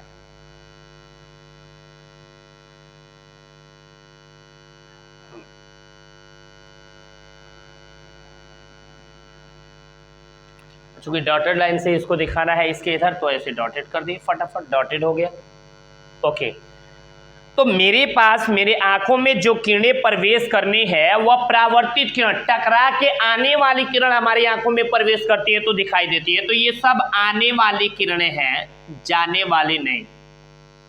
ये जाने को नहीं, सिर्फ आने को है, आने वाली किरण है। तो फिर जाएंगी कैसे, तो याद रखना, हमको ये बना लेना है, ये आसान सा तरीका, कि ये किरणें हेड से ऐसे चली हैं और आई हैं और आके इससे टकराई है, टकरा के आंखों में आई है। और जब हमारी आंखों में आई है तो हमको लगा है कि किरणें इधर से आ रही हैं, तो ये इधर से दिखा दिए हैं। मान लो ये किरण ऐसे मेरे आंख से चली है, वह सीधे ऐसे गई है और जाने के बाद इससे टकराई है, वापस आ गई है, और जब हमारी आंखों में प्रवेश किया तो हमें लगा है इधर कहीं से आ रही है किरण। ओके, ध्यान से समझना है। दूसरा, फुट से, यानी जो किरणें पैर से चली हैं वह सीधे ऐसे गई हैं, ये इस तरह, और दर्पण से टकरा के ऐसे मेरे आंखों में गई हैं, आई में गई है, और हमको लगा है इधर कहीं से आ रही है। यहाँ तक चीजें तो सारी चीजें क्लियर दिख रही है, समझ में आ रही होंगी। तो ये इसका डायग्राम हुआ। अब हमें ये निकालना है कि इस दर्पण की न्यूनतम लंबाई कितनी होगी। तो याद रखना, इसमें कुछ त्रिभुज बन रहे हैं जिनको मैं पेंटिंग करके निकाल लूंगा, आपको थोड़े से समझने हैं। देखें, यहां पे एक त्रिभुज ऐसे थोड़ा सा ये बन रहा है, ये पतला वाला, समझना है बिल्कुल ध्यान से। इससे जुड़े हुए जितने त्रिभुज होंगे बिल्कुल ध्यान से समझना है। इनको मैं काट के अलग कर रहा हूं, बिल्कुल ध्यान से समझना है आपको। ये वाला जिनको मैं पेंटिंग किया हूं यहां कर रहा हूं, ऐसे कुछ दूरी तक ये गाढ़ा किरण आया था यहां तक, इसके बाद ये डॉटेड जिस रूप में है वैसे बाहर करूंगा, बिल्कुल आपको केयरफुली समझना है। और ये ग्रीन है तो ले लो ग्रीन, ये वाला, इसका नाम क्या है ए डैश, इसका नाम क्या है बी डैश। और ये नीले जो चाक से ये किरणें हैं, ये कुछ दूरी तक तो ऐसे गाढ़ा गई हैं इस तरह से, ऐसे, इसके बाद कुछ दूरी के बाद ये डॉटेड से जाके मिल गई यहाँ पे, ये इससे। यहाँ पे पॉइंट बी है, कोई दिक्कत नहीं है इसमें। अब देखो, फिलहाल मान लेंगे हम, माना है कि जो व्यक्ति है इस दर्पण से L दूरी पर खड़ा है, तो प्रतिबिंब भी L दूरी पर, बोलो भाई। तो इसका मतलब B से लेके B डैश तक ये पूरा दूरी एक यल मिलके क्या होगा 2L। भाई पूरा दूरिया कितना हो गया 2L। और बीच में मैंने देखा यहाँ दर्पण जो बना हुआ है, यहाँ पे एक दर्पण बना है ये वाला, इसका नाम रख लेते हैं ये PQ। ओके, और देखो यही वाला ये वाला भाग है, ये वाला, इसका नाम मैं रखा हूँ PQ। ये वाला यहाँ पे है, समझना मेरी बात ध्यान से, मैंने इसको काट के यहाँ बनाया है। ओके, ये पूरा 2L, तो मैंने पूरा 2L, कोई प्रॉब्लम नहीं है। तो हम क्या ये वाला मान कितना होगा, तो हम देख रहे हैं ये वाला मान क्या होगा L। तो यहाँ से यहाँ तक की लेंथ कितनी है L, ये वाला हमने क्या मान लिया x, और इसका मान मुझे निकाल देना है। उसी बेस पे मैं पता कर लूँगा कि इसकी टोटल लेंथ कितनी होगी। बड़ी ध्यान से समझना है, क्योंकि इन्हीं दर्पणों की लंबाई, ये वाला हमने क्या मान लिया है, इतना हमने क्या मान लिया है भाई x, और यहाँ से यहाँ तक मैं कितना मान लूँगा y। आ रहा मेरी बात समझ में, इसको x लिखे हैं y। इसमें कोई प्रॉब्लम नहीं होना चाहिए। फिगर बना, ये छोटा वाला जो त्रिभुज था बस मैंने इसको काट के बाहर निकाल लिया। अब ये इससे रिलेटेड हो गया। अब देखिए, अभी आप पढ़े हैं ऐसे कि इसके लंब और लंब का अनुपात आधार और आधार के अनुपात के क्या होंगे, बराबर। पहले देखो बड़े वाले त्रिभुज का लंब, यहाँ BC बड़ा त्रिभुज है तो BC का लंब ऊपर, और मेरे पास ये PQ छोटा सा त्रिभुज का लंब है तो नीचे। तो इसमें बड़े त्रिभुज का लंब क्या है भाई A' और क्या है B', और छोटे वाले का लंब क्या है PQ। और भाई बड़े वाले का आधार लिखना है तो बड़े वाले के आधार की वैल्यू का मान क्या है 2L, और छोटे वाले का आधार लिखना है तो इसका नाम क्या है L। ओके, अब देखिए L से L कैंसिल हो गया, तो हमारे पास ये A' B' अपान PQ है। PQ की लेंथ क्या माने हैं x, तो बराबर में क्या बचा है 2 इधर भाग में इधर गया तो गुणा में, तो ये A' इंटू B' बराबर 2 का गुणा x में होगा, क्या हो गया 2x। इसका मतलब ये हुआ कि जब मैंने यहाँ पे ये x माना, समझते रहना है, अगर जब मैंने इसको x माना तो इस A' B' का मान क्या निकल गया 2x। इसका मतलब कि ये वाला y माने है तो B और C' का मान क्या निकलेगा 2y। x माने तो 2x, y माने तो 2y। क्लियर हो गया। तो अब मैं पूछूं कि हमारे पास मान लीजिए दर्पण की लंबाई मुझे ज्ञात करनी होगी, तो भाई किरण यहाँ से ऊपर ऐसे चली गई, ये फुजूल की दर्पण है, इससे कोई मतलब नहीं है। मान लीजिए किरण यहाँ से यहाँ चली आई तो ये इतना बेकार का दर्पण है, ये नहीं रहेगा तो काम चलेगा। तो बस यही ना दर्पण बचा है, ये वाला और ये वाला, यानी x, और ये क्या बचा है y। तो यहाँ लिख लेंगे अतः दर्पण की लंबाई, इसलिए क्या निकाल लेंगे दर्पण की लंबाई। तो बोलो दर्पण की लंबाई पूछेंगे तो ये x और ये y मिलके क्या हो जाएगा x प्लस y।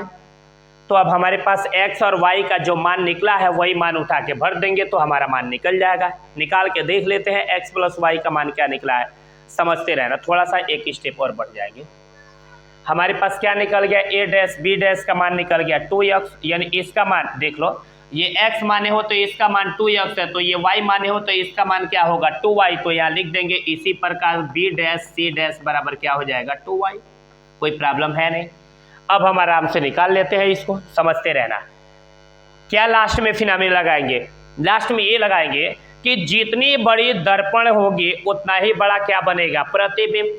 तो यहाँ लिखेंगे ऐसे, सॉरी क्या बोला हूँ, जितनी बड़ी ये वस्तु होगी दर्पण में उतना ही बड़ा क्या बनेगा प्रतिबिंब, क्योंकि अपना फुल इमेज देखना चाहता है तो जितना बड़ा व्यक्ति है उतना ही बड़ा प्रतिबिंब बनेगा। और समतल दर्पण में प्रतिबिंब की लंबाई वस्तु की लंबाई के क्या होंगी बराबर होंगी। तो यही वाला फिनोमिना लगा देंगे कि वस्तु की लंबाई इक्वल टू क्या लगा देंगे हम प्रतिबिंब की लंबाई, तुरंत निकल जाएगा।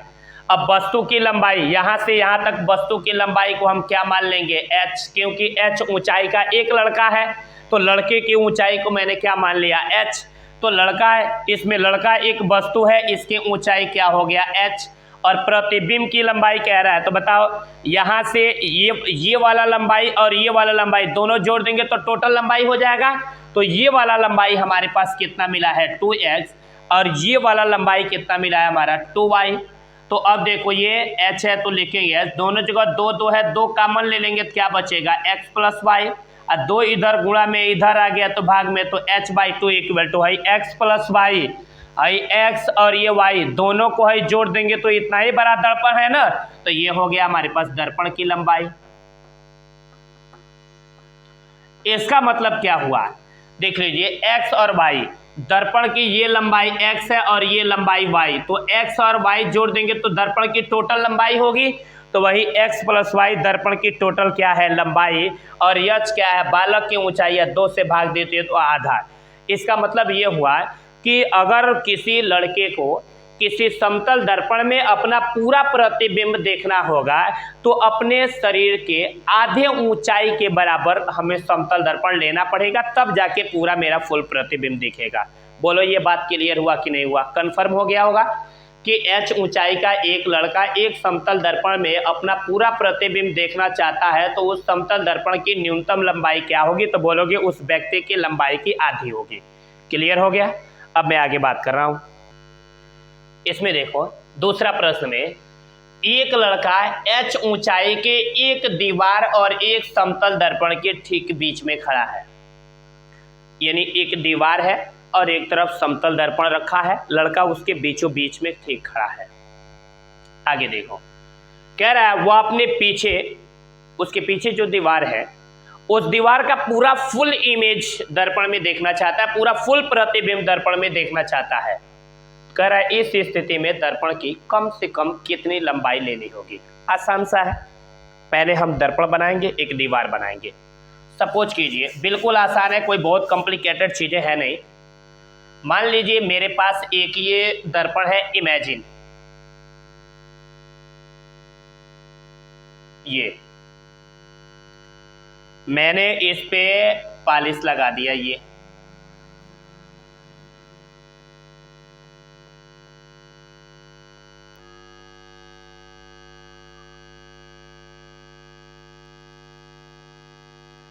पॉलिश लगा दिया, ठीक। इसके बाद मैंने इधर एक दीवार खड़ा कर दिया, क्योंकि इसके पीछे इस दीवार है एक, तो मैंने यहां दीवार लगा दिया है।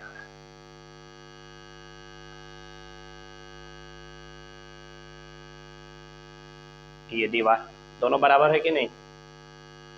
ये दीवार है, ओके। क्या चलो थोड़ा सा बड़ा हो गया क्या? ओके, ये जितना बड़ा इमेजिन करो दीवार है और इसके ठीक बीचों बीच में एक लड़का यहां पे है।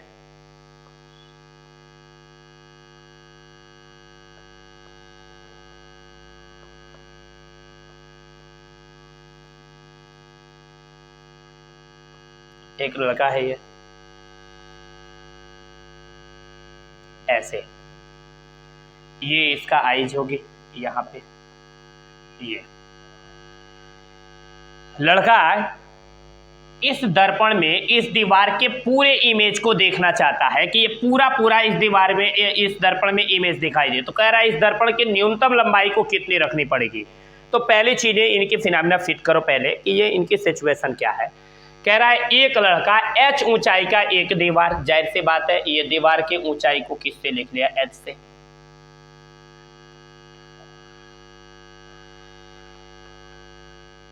मैंने दीवार का नाम रख लिया a और ये क्या नाम रख लिया? b। ओके, एक लड़का h ऊंचाई के एक दीवार और एक समतल दर्पण के ठीक बीच में खड़ा है, यानी जो लड़का है इस दीवार से और इस दर्पण से ठीक बीचों बीच में है। इसका मतलब क्या हुआ कि दीवार से इस लड़के की जितनी दूरी है समतल दर्पण से उस लड़के की दूरी भी उतनी ही है, यानी दोनों तरफ से दूरियां आपस में क्या है? बराबर। तो जाहिर सी बात है इस समतल दर्पण से पहले देखेंगे दीवार कितनी दूरी पर प्रतिबिंब दीवार का बनेगा। तो जाहिर सी बात है समतल दर्पण से कितनी दूरी पर दीवार है? तो 1d और 1d, 2d पे है ना, यानी इस समतल दर्पण से 2d दूरी पर दीवार है तो इसका प्रतिबिंब भी 2d दूरी पर बनेगा। 1 1 1 1, यानी यहां बनेगा। यहां पे पहले बना लेते हैं उसके प्रतिबिंब को, यानी दीवार का इमेज यहां बनेगा। ओके, यहां बनेगा। क्लियर, समझ आ रहा है? ये a है तो इसका नाम क्या पड़ जाएगा? a डैश, और ये b है तो इसका नाम क्या पड़ जाएगा? b dash. अब बनेगा कैसे ये देखें। प्रतिबिंब आखिर समतल दर्पण में बनेंगी कैसे, ध्यान से समझना है। जाहिर सी बात है कि ये ए का प्रतिबिंब कहाँ बना है? ए डैश। इसका मतलब ए डैश से चलने वाली किरण हमारी आंखों में प्रवेश करेंगी तभी तो इसका प्रतिबिंब हमको यहाँ दिखेगा। तो इसका मतलब कि इससे चलने वाली किरण आएंगी आपके आंखों में, जाहिर सी बात है जब है तो आएंगे, ऐसे ये आएंगे और यहाँ से ये सीधे ऐसे आएंगे इस तरह से, क्योंकि इसके पीछे डॉटेड लाइन हो रहा है। आप देख ही रहे हैं उसी समय से इमेज बन रहा है, देख रहे हैं। जाहिर सी बात है इसके भी आधार से आने वाले किरण आएंगे तो यहाँ से आप ऐसे सिस्टमेटिक लेके जाओ, पहले आधार से ला लें,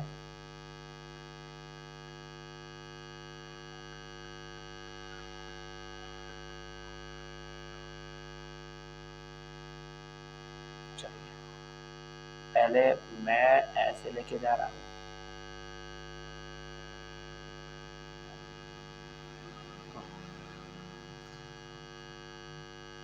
ये ऐसे, तो ये तो भाई प्रतिबिंब से ये किरणें ऐसे आने वाली है ना, तो वस्तु से गई कैसे होंगी, तो जाहिर सी बात है वस्तु से जाने वाले किरण अब क्या इसका इमेज दिखाना है तो ऐसे दिखा लेंगे कि ऐसे ये ए से किरणें ऐसे चली है, आई है और इस दर्पण से टकरा के रिफ्लेक्ट हो गई है, और जब आंखों में प्रवेश की है तो ये व्यक्ति टेढ़ा तो देखेगा नहीं, वह तो सीधा देखेगा, तो लग रहा है यहाँ से आ रही थी। फिर देख लीजिए दूसरा नंबर, यहाँ आधार से ऐसे चलने वाली किरणें ऐसे सीधे दर्पण पे गई है और टकरा के ऐसे आंख में प्रवेश किया, और जब ये देखा है तो इसको लग रही है यहाँ से आ रही है, इसलिए कि इस ए बी का प्रतिबिंब यहाँ पे बन गया है, ए डैश बी डैश प्रतिबिंब बन गया। आ रहा है मेरी बात समझ में?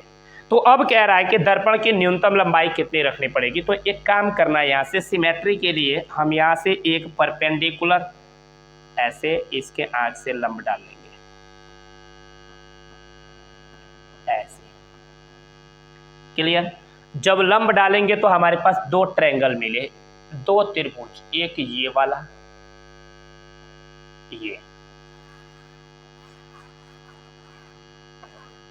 ये मिल गया, और दूसरा एक ये नीचे वाला। अगर ऊपर वाला ले लेंगे तो हमें नीचे वाले की वैल्यू निकल जाएगी, तो इसका हम क्या नाम रख लेते हैं, ये सी रख लेते हैं, और इसका नाम क्या रख लेते हैं, सी डैश, कोई दिक्कत है नहीं।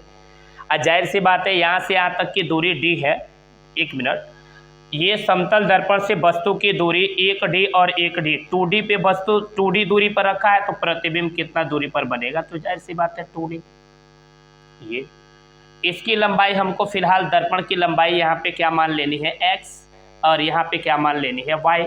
जाहिर सी बात है जितना दर्पण निरर्थक है मुझे मिटा देना है। मान लीजिए हमारे पास किरण ऐसे जा रही है, इमेजिन किरण हमारे पास ये ऐसे गई है, यहाँ से टकरा के चली गई है, नीचे जो ये दर्पण दिख रहा है इसका हमें ज़रूरत है नहीं, तो इसको मैं मिटा लेता हूँ। मान लीजिए यहाँ से किरण ऐसे आई है, टकरा के वापस चली आई है, मुझे इसकी ज़रूरत है नहीं, तो मैं यहाँ से इसको मिटा लेता हूँ, यानी इतनी दर्पण की ज़रूरत है, अगर इतना दर्पण रहेगा तो फुल इमेज बन जाएगा। तो अब मुझे इसी की लंबाई क्या करनी है, ज्ञात करनी है। तो इसकी लंबाई ज्ञात करने के लिए आसान सा तरीका भाई, पहले वाले त्रिभुज को काट के अलग कर लेंगे, और ये वाला रोल जो बताया है आपको यही वाला लगा देंगे। अब डायरेक्ट लगा रहे हैं, आपको समझ में आ जानी चाहिए, इसी के हिसाब से अब डायरेक्ट लगा रहे हैं। तो ये हमारे पास दो समकोण त्रिभुज इसमें बन रहे हैं, इसका नाम रख लेते हैं P, ये क्या नाम रख लेते हैं Q, ये क्या नाम रख लेते हैं R। तो मैं ले रहा हूँ ये वाला बड़ा वाला त्रिभुज, चाहे अलग ही कर लेते हैं तो बेहतर रहेगा, ऐसे ही है,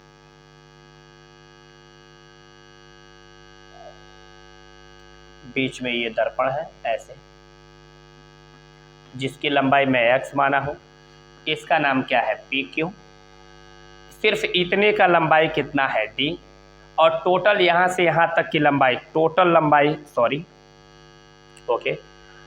यहाँ से यहाँ तक की लंबाई ज्ञात कर रही है, तो ये वाली लंबाई हमारी कितनी है 2D, यहाँ से यहाँ तक 2D, ये नाम रख लेते हैं A डैश, ये C डैश 2D, और इतनी लंबाई हमारी क्या मिली हुई है D। क्लियर हो गया, यानी ये D, इतनी लंबाई D है और इतनी लंबाई 2D, और मैं पूछूं पूरे की लंबाई क्या है, तो 2D और 1D मिलके 3D। दोबारा समझा दे रहे हैं, मैंने इतने को काट के इतना ये अलग कर लिया, ये इतना दिख रहा है, ये वाला क्लियर आपको दिख रहा, मैंने इतने को काट के अलग कर लिया यहाँ पे, ठीक है। यहाँ Q से लेके C डैश तक की लंबाई कितनी है 2D, तो Q से C डैश तक 2D, Q से लेके C तक की लंबाई क्या है D, तो Q से लेके ये C तक की लंबाई कितनी मान ली है D।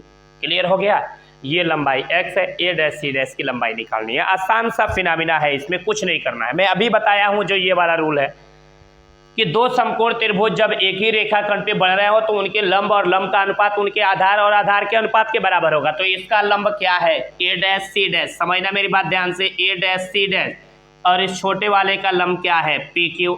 दोबारा अब जो बड़ा वाला ये त्रिभुज है इसका आधार कितना है, तो टोटल ये बड़े वाले त्रिभुज का ये आधार हुआ ना, तो इसका आधार कितना है 3D और डिवाइडेड बाय PQ है। PQ वाला ये छोटा सा त्रिभुज है, छोटका का आधार क्या है 1D, तो हो गया 1D, इससे ये कट गया।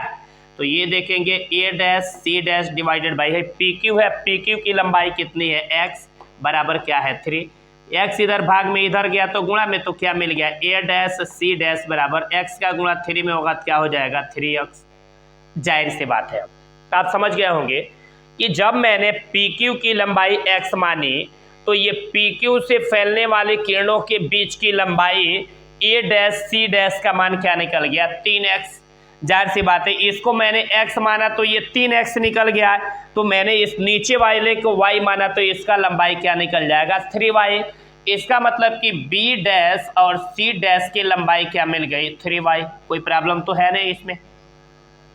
अब आगे हल कर लेते हैं। अब हल करेंगे तो क्या होगा, यह अच्छी तरह से आप जानते हैं कि समतल दर्पण में कोई वस्तु जितना बड़ा होता है प्रतिबिंब भी दर्पण के अंदर उतना ही बड़ा बनता है। यानी समतल दर्पण में बने प्रतिबिंब की लंबाई इक्वल टू समतल दर्पण के सामने रखी वस्तु की लंबाई, ये दोनों आपस में क्या होते हैं बराबर होते हैं। तो यहाँ देखें समतल दर्पण में रखी वस्तु की लंबाई कितनी है बाबू h, तो ये h किसके बराबर होगा, क्योंकि मैं बोला हूं कि इस समतल दर्पण के सामने जितना बड़ा वस्तु रखा जाएगा प्रतिबिंब उतना ही बड़ा बनेगा। यानी वस्तु की लंबाई प्रतिबिंब की लंबाई दोनों आपस में क्या होंगे बराबर होंगे। यानी वस्तु की लंबाई बराबर प्रतिबिंब की लंबाई, तो वस्तु की लंबाई कितनी है h और प्रतिबिंब की लंबाई यही न है, तो प्रतिबिंब की लंबाई क्या है A डैश B डैश ये होंगे। अब देखिए ये h इक्वल टू इस A डैश B डैश का मान क्या होगा, अगर ये वाला दूरी और ये वाला दूरी जोड़ देंगे तो पता चल जाएगा ना। तो यहाँ से यहाँ तक की लंबाई कितनी है 3x और यहाँ से यहाँ तक की लंबाई क्या है 3y, तो इसका मतलब है 3x और 3y जोड़ देंगे तो टोटल लंबाई कितना हो जाएगा, तो 3x प्लस 3y। क्लियर हो गया। अब देखिए ये h इक्वल टू दोनों जगह से 3 कॉमन लेंगे तो क्या बचेगा x प्लस y। तो अब हमारे पास देखिए ये x प्लस y बराबर क्या मिलेगा, 3 इधर गुणा में इधर आ गया तो भाग में, तो ये h/3 मिलेगा। ओके, x प्लस y किसकी लंबाई है, ये वाली x है और ये वाला क्या है y, तो x और y जोड़ देंगे तो यही तो दर्पण है। तो x प्लस y किसकी लंबाई है दर्पण की लंबाई। तो इसका मतलब ये हुआ कि दर्पण की लंबाई हमारा क्या मिल गया h/3। इसका मतलब ये हुआ कि अगर कोई व्यक्ति है जो समतल दर्पण और किसी दीवार के बीच में वह खुद खड़ा है, आ रहा है मेरी बात समझ में, कि अगर कोई व्यक्ति है वह किसी समतल दर्पण और दीवार के बीच में वह खुद खड़ा है और अपना इमेज नहीं अपने पीछे दीवार का इमेज समतल दर्पण में पूरा फुल देखना चाहता है, तो उसे दर्पण की न्यूनतम लंबाई कितनी रखनी पड़ेगी, दीवार की 1/3। यानी दीवार की लंबाई जितनी होगी उसमें 3 से भाग करेगा, जो बचेगा उतना रहेगा समतल दर्पण की लंबाई। ओके, अब अगर मान लीजिए ये सेम बीचों बीच में ये स्थित था, एकदम लड़का जो था बीचों बीच में स्थित था, तो इसके लिए दर्पण की लंबाई h/3 लेनी होगी। अगर मान लीजिए अलग अलग दूरी पे स्थित रहेगा, इमेजिन कर लीजिए अगर ये लड़का यहाँ a दूरी पर स्थित रहे और यहाँ पे दूरी क्या हो b, यानी यहाँ से यहाँ तक की दूरी a हो और यहाँ से यहाँ तक की दूरी b हो। अगर ये अलग अलग दूरी पर स्थित होगा तो उसे दर्पण की लंबाई, मान लीजिए आप कह सकते हैं कि मान लीजिए पीछे दीवार है और एक तरफ समतल दर्पण है, लड़का बीचों बीच में स्थित है, यानी इधर से भी 2 मीटर इधर से भी 2 मीटर, तो उसके लिए तो दर्पण की लंबाई 1/3 रखनी पड़ेगी।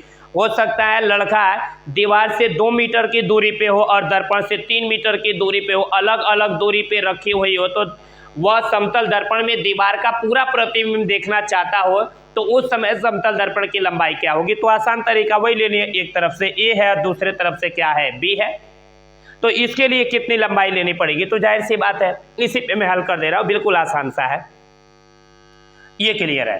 तो मान लीजिए अगर दर्पण से कितनी दूरी पे ये वस्तु पड़ रहा है, तो जाहिर सी बात है ए और ये क्या है बी, ए प्लस बी दूरी पे हो रहा है ना, तो इसका मतलब कि इस दर्पण से प्रतिबिंब की दूरी भी कितनी होंगी, ए प्लस बी होंगी। ये चीज़ें क्लियर हो गया, कोई प्रॉब्लम तो है नहीं।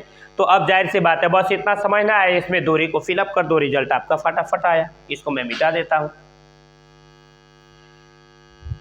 यहीं से निकल जाएगा। अब देखें बाकी सारी चीजें सेम रहेंगी, बस Q से लेके C डैश तक की दूरी, Q से C डैश तक की दूरी क्या मिल गई, A प्लस बी। उसके बाद C से लेके Q तक की दूरी सिर्फ क्या मिल गई है, B। क्लियर हो गया।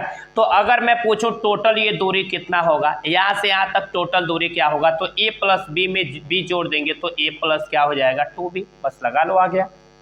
क्या तरीका है इसको लगाने का, आसान तरीका है, A डैश C डैश बट्टे पी क्यू, ए डैश सी डैश बट्टे क्या हो जाएगा पी क्यू इक्वल टू क्या हो जाएगा, भाई पूरा आधार होगा ना, पूरा आधार बट्टे इसका आधार, तो पूरे आधार की लंबाई क्या है ए प्लस 2B, और इसके आधार की लंबाई क्या है हमारे पास B। ये हो गया A dash C dash divided by P Q की लंबाई कितनी है x, बराबर क्या मिल गया ए प्लस 2B अपन क्या हो गया B। x इधर भाग में इधर जाएगा तो किस में हो जाएगा, गुणा में, यानी ए डैश सी डैश बराबर क्या मिल गया A plus 2B by B into क्या मिल गया x। इसकी वैल्यू निकल गया क्या A plus 2B by B into में क्या निकल गया x, यानी यहाँ x था तो a plus 2B by B में x से गुणा हो गया, यहाँ पे y है तो अब क्या हो जाएगा a plus 2B by B में किससे गुणा हो जाएगा, y से हो जाएगा ना भाई, आसान सा तरीका है। इसके बाद हमारा क्या प्रॉब्लम है, क्या हम करते हैं कि वस्तु की लंबाई बराबर क्या लगा लेते हैं, प्रतिबिंब की लंबाई। तो जाहिर सी बात है वस्तु की लंबाई कितनी है h और प्रतिबिंब की लंबाई कितनी है, यही ना है, तो ये लंबाई और ये लंबाई जोड़ देंगे तो टोटल लंबाई हो जाएगा। तो यहाँ से यहाँ तक की लंबाई क्या है, तो आप बोलोगे A plus 2B by B into क्या है x है, अब प्लस ये वाला लंबाई क्या है, तो बोलोगे A plus 2B by B into क्या है, ये y है। तो हमारे पास कुछ कॉमन चीज़ें दिख रहा है, A plus 2B by B, A plus 2B by B, यहाँ से कॉमन ले लेंगे A plus 2B by B common ले लेंगे, तो यहाँ पे एक तरफ बचेगा क्या, यहाँ x प्लस क्या बचेगा y। अब देख लो हमारा हल हो गया, ये b इधर भाग में इधर गया तो गुणा में, तो b का गुणा h में होगा तो BH divided by A plus 2B इधर गुणा में इधर आ गया तो भाग में, तो यहाँ हो जाएगा ए प्लस 2B बराबर में क्या बचेगा हमारा x प्लस वाई, तो ये x और ये है y, x और y जोड़ देंगे तो x प्लस वाई, ये दर्पण है, दर्पण की लंबाई हुआ ना, तो बराबर हो जाएगा ये दर्पण की लंबाई, यही तो है, बस आसान तरीका ये है। क्लियर हो गया। इसका मतलब ये हुआ कि अगर कोई वस्तु दर्पण से डिफरेंट अगर कोई व्यक्ति एक तरफ दीवार और एक तरफ क्या हो समतल दर्पण, उससे अलग अलग दूरी पे स्थित होगा, तो उसके लिए आप ये फार्मूला लगा दो कि फटाफट आंसर निकल जाएगा। क्लियर हो गया। अब ये लास्ट प्रश्न है, एक और देख लेते हैं, उसके बाद आप स्वयं प्रॉब्लम करेंगे। ओके, इसमें देखो बहुत बेस्ट क्वेश्चन है ये, लिखा है बिंदु आकार का एक स्रोत है, वह एक समतल दर्पण से L दूरी पर रखा है, सोर्स ऑफ लाइट है, इससे 2L दूरी पर एक व्यक्ति दर्पण के समांतर जा रहा है, तो कह रहा है वो अधिकतम दूरी ज्ञात कीजिए जहां तक जाते व्यक्ति स्रोत का प्रतिबिंब दर्पण में देख सके। अब देखिएगा ये बहुत बेस्ट क्वेश्चन है। आप कभी दाढ़ी बनवाने के लिए अगर सैलून में बैठते होंगे तो आप देखे होंगे, अगर दाढ़ी बनवा रहे हैं पीछे से कोई व्यक्ति, मान लीजिए दर्पण यहाँ लगा हुआ है, तो आप दर्पण की तरफ देखे होंगे तो व्यक्ति दर्पण के सामने नहीं आया होता है, कुछ दूरी पे होता है साइड में, तभी हमको प्रतिबिंब देखने लगता है, दिखाई देने लगता है कि कोई व्यक्ति आ रहा है, और आके इधर कुछ दूरी तक चला जाता है तब भी हमको उसमें दिखाई देता है। तो जहाँ से वह दिखाई देना शुरू किया और जहां तक जाएगा वहां तक की टोटल दूरी हमें क्या करनी है, ज्ञात करनी है। क्लियर हो गया।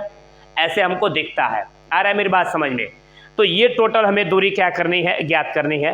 तो कितना दूर तक वह जाके देख सकेगा ये देखें क्लियरिटी। मान लीजिए हमारे पास एक ये समतल दर्पण है, ये वाला, थोड़ा सा और डाउन बना रहे हैं यहाँ पे,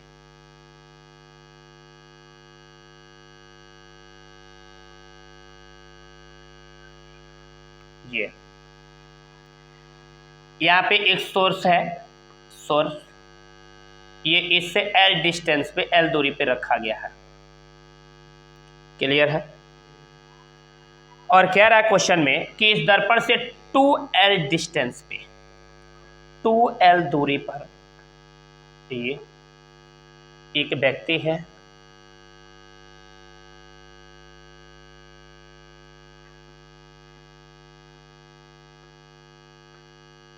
जो क्या कर रहा है, इस दर्पण के समांतर इधर ऐसे जा रहा है।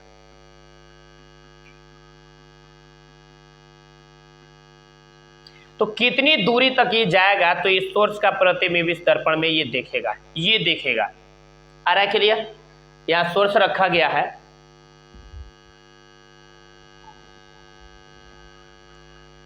तो कह रहा है मान लीजिए जब व्यक्ति यहां था तो इस सोर्स का प्रतिबिंब इसमें देखने लगा, यहां पहुंचा देखने लगा। कह रहा है कितनी दूरी तक ये जाएगा तो इसका प्रतिबिंब यहां देखेगा। आ रहा है मेरी बात समझ में? तो जाहिर सी बात है कि वस्तु से ऐसे किरण निकलेंगी पूरा फुल। मान लीजिए यहां से जाएगा दिखेगा, यहां से जाएगा दिखेगा, यहां से जाएगा दिखेगा, तो ये निकालना है। मान लीजिए यहां से कोई किरण, पहले नंबर ये कि दर्पण से जितनी दूरी पे ये वस्तु है पहले प्रतिबिंब बना लो, उतनी दूरी पे, L दूरी पे वस्तु है तो इसका प्रतिबिंब क्या होगा, L दूरी पे बन जाएगा यहाँ पे ये इमेज। क्लियर है? बनेगा कैसे ये बता देते हैं। अधिकतम, मान लीजिए किरण ऐसे दर्पण पे गई, इस स्रोत से निकलने वाले किरण अधिकतम लंबाई से जा रही है ऐसे।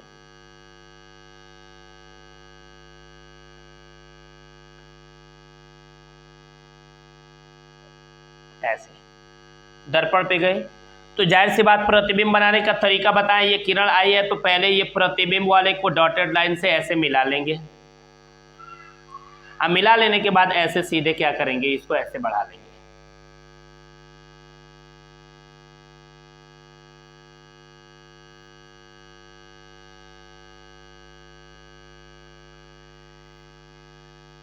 ऐसे। इससे ये पता चल रहा है कि अगर व्यक्ति यहां से ऐसे चलते हुए जाएगा जाएगा जाएगा जाएगा यहां तक आएगा तो ये स्रोत को दर्पण में देखेगा, लेकिन इससे यहां ऊपर चला गया तो अब वह नहीं देख पाएगा। क्लियर हो गया?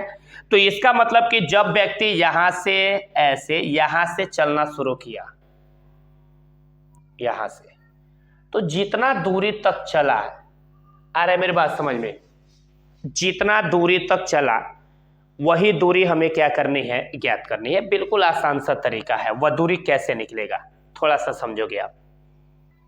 इसको हल करने का तरीका क्या है, जाहिर सी बात है यहाँ सोर्स है, इसको ऐसे मिला लेंगे, बिल्कुल आसानी से आप हल कर लोगे। ये आपको दूरी ज्ञात करनी है। यानी व्यक्ति जब यहाँ आएगा तो इस सोर्स का इमेज इसमें दिखने लगेगा और बढ़ते बढ़ते बढ़ते बढ़ते यहाँ तक जाएगा तो देखेगा, लेकिन इसके आगे जाएगा तो इस सोर्स का इमेज इसमें नहीं दिखेगा। यानी जितनी दूरी तक वह इमेज इस सोर्स के प्रतिबिंब को दर्पण में देख सकता है उसी की दूरी ज्ञात करनी है। तो आसान सा तरीका, बिल्कुल आसान सा तरीका है। हम क्या करेंगे, ये इसके मध्य से यहाँ पे एक ये ड्रा कर लेंगे ये लाइन, ताकि दो त्रिभुज बना ले हम। ओके, नाम भी रख लेंगे। मान लीजिए ये I है, इसका नाम क्या रख लेते हैं A, इसका नाम क्या रख लेते हैं B, इसका नाम क्या रख लेते हैं C, इसका नाम रख लेते हैं P, इसका नाम क्या रख लेते हैं Q। जैसे पिछले क्वेश्चन लगाते आए हैं सेम लगाएंगे। यहाँ से यहाँ तक की लंबाई क्या मान लेते हैं X, और यहाँ से यहाँ तक की लंबाई क्या मान लेते हैं Y। क्लियर हो गया? अब ध्यान समझना, ये ऊपर वाला एक समकोण त्रिभुज है, ये समकोण त्रिभुज ले लें। अभी पढ़ते हुए जो आए हैं सेम वही चीजें करना है हमें, कुछ बड़ी चीजें नहीं करने हैं। ऐसे एक बड़ा वाला ये समकोण त्रिभुज, ये वाला मैं इतना ये काट के अलग कर ही लेता हूं, ये इतना, ये वाला समकोण त्रिभुज, ये बड़ा वाला मैं निकाल दिया हूं ये डॉटेड लाइन से। बिल्कुल आसान सा ये है, हम आसानी से इसको लगा भी लेंगे। ओके, बीच में यहां एक दर्पण है, दर्पण को भी बना लेंगे। अगर मैं पूछूं कि यहां से यहां तक की है टोटल लंबाई क्या होगी। ये टोटल लंबाई, जाहिर सी बात है यहां से यहां तक लंबाई, यहां से यहां तक की लंबाई क्या है 2l, और ये वाला लंबाई क्या है l। तो एक टोटल लंबाई कितना हो जाएगा, तो ये 2l और ये एक l मिलके कितना होगा 3l। और ये वाली इतनी लंबाई क्या होगी, ये इतनी लंबाई दर्पण से आई की लंबाई, ये आई है और ये दर्पण क्या है PQ। तो आप देखें कि इस I से Q यानी दर्पण की दूरी कितनी है L, ये चीजें आपको याद रखना है। और ये वाली लंबाई क्या मान ली हो x, यानी ये लंबाई x और नीचे वाला क्या मान लिया गया है y। अब यहां समझ लो, बिल्कुल आसान सा है, इससे आसान शायद अब आपको डेफिनेशन नहीं निकलेंगे, बिल्कुल आसान सा है, हम हल करेंगे बिल्कुल आसानी से हल होंगे। देख लीजिए, क्या ऐसे ही लगा लेते हैं हम, इसका नाम क्या है A और इसका नाम क्या है B। अभी पढ़े हैं ये वाला समकोणी, दो समकोण त्रिभुज बन रहा है ना, तो इसमें लंब और लंब का अनुपात आधार और आधार के अनुपात के क्या हो रहा है बराबर। तो इसमें लंब की वैल्यू क्या है AB, तो ये हो जाएगा AB। ध्यान से समझना, लंब की वैल्यू क्या है AB, तो ये हो गया AB। इसमें लंब की वैल्यू क्या है PQ, तो PQ की लंबाई क्या है x, लिख लीजिए x। ये बड़ा वाला जो समकोण त्रिभुज था इसका ये टोटल आधार हुआ, तो टोटल आधार का मान क्या है 3l, और छोटे वाले का आधार का मान क्या है l, l से l खत्म, x इधर भाग में इधर गया तो गुणा में, तो AB की लंबाई क्या निकल गई 3x। बोलो क्लियर हो गया, चूंकि x तो मैं माना नहीं, हाँ ये AB की लंबाई क्या निकल गई 3x। कोई दिक्कत है नहीं इसमें, आसान सा तरीका हम लगाते चल रहे हैं, ध्यान से समझ लेना है आपको। अब देखें थोड़ा सा, यानी AB की लंबाई 3x, लेकिन ये वाला पॉइंट A से C तक है, मैं मिस्टेक कर दिया हूँ, यहाँ C रहेगा, यहाँ भी क्या रहेगा C, यानी AC की लंबाई हमारी क्या निकल गई 3x। तो ध्यान से देखना है, जब मैंने ये वाली लंबाई x माना तो ये वाली लंबाई क्या निकल गया 3x, और जब ये वाली लंबाई y माने है तो ये यहाँ से यहाँ तक की लंबाई क्या निकलेगा 3y। बोलो समझ आया कि नहीं आया, कन्फर्म है ये बोले भाई ये वाला लंबाई मैंने x माना तो इसकी लंबाई क्या निकल गई 3x, मैंने ये वाला लंबाई y माना तो इसकी लंबाई क्या निकल गई 3y। आ रहा है मेरी बात समझ में, बिल्कुल आसान सा है, कोई डिफरेंट चीजें नहीं है। तो अगर मैं पूछूंगा कि इस टोटल लेंथ की लंबाई क्या होगी, तो हमको ये लंबाई और ये लंबाई दोनों जोड़ देंगे तो टोटल लंबाई हो जाएगा ना, तो लिख देंगे। इसलिए आसान सा तरीका, ये इसको मैंने x माना तो ये क्या मिल गया 3x, इसको मैंने y माना तो क्या निकल गया 3y। अब मैं सोचूं कि टोटल A से लेके B तक की लंबाई क्या होगी, तो ये लंबाई दोनों जोड़ेंगे वही टोटल लंबाई होगी, तो टोटल लंबाई क्या होगी 3x plus 3y, that means 3 common ले लेंगे तो क्या मिलेगा x प्लस y। तो लिख देंगे इसलिए वह अधिकतम दूरी, इसलिए वह अधिकतम दूरी या अधिकतम दूरी बराबर क्या मिलेगा, यहां तक की लंबाई को मैंने क्या निकाल लिया बाबू 3x, और यहां से यहां तक की लंबाई को मैंने क्या निकाल लिया 3y। तो अगर यहाँ दोनों जगह 3 कॉमन लेंगे तो क्या बचेगा x प्लस y। इसका मतलब ये हुआ कि वह अधिकतम दूरी क्या है, जहां तक व्यक्ति जाएगा तो स्रोत का प्रतिबिंब दर्पण में देखेगा तो वह दूरी क्या होगी 3x प्लस y। क्या हमारी बात समझ में आया, तो ये हमारा जाके रिजल्ट आया। अब देखो इसको बहुत सारी तरह से लग जाता है, अगर मैंने टोटल इसकी लंबाई को क्या मान लेता d, टोटल क्या मान लेता भाई d, तो ये वाली लंबाई क्या हो जाती d/2, तो बोलो ये वाला भी क्या हो जाता d/2। तो जहां जहां x है और जहां जहां y है वहां पे क्या लगा देंगे d/2, तो हमारा क्या रिजल्ट हो जाएगा 3, ये d/2 प्लस ये d/2, तो ये हो जाएगा 3, आधा d/2 आधा d/2 मिलके ये d का आधा ये d का आधा ये, अच्छा है 1d और 1d 2d/2, 2 से 2 खत्म, क्या मिल गया 3d। यानी इसका मतलब कि इसकी टोटल लंबाई कितना हो जाएगा 3d। क्या हमारी बात समझ में आ रहा है, यानी अब जो भी ये लेंथ रहेगा हम इस x और y के जगह पे वो लेंथ को रख देंगे, तुरंत हमारा रिजल्ट निकल जाएगा।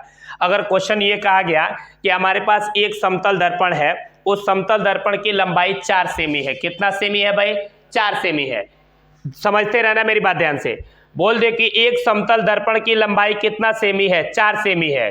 इससे L दूरी पर एक वस्तु रखी गई है, एक व्यक्ति इस समतल दर्पण के समांतर सीधे जा रहा है, तो बताइए वह कितनी दूरी तक जाएगा तो उस स्रोत को दर्पण में उस स्रोत का प्रतिबिंब दर्पण में दिखेगा। तो आसान तरीका, हमने डायरेक्ट इस टोटल लंबाई मैंने क्या मान लिया है, x क्या मान लिया है 4, तो कितना दूरी तक जाएगा तो वह प्रतिबिंब को देखेगा। तो बस इस 3 में टोटल x प्लस वाई की जगह पे रख देंगे 4, तो 4 3 क्या हो जाएगा 12, यानी 12 मीटर दूर तक जाएगा तो वह उस प्रतिबिंब को देखता रहेगा। क्लियर हो गया। तो इस तरह से अब क्वेश्चन यहाँ से बना बना के पूछे जा सकते हैं, आपकी कॉन्फिडेंस बेहतर होनी चाहिए। फिर इसके अगला पार्ट नेक्स्ट वीडियो में बात करेंगे। Thank you.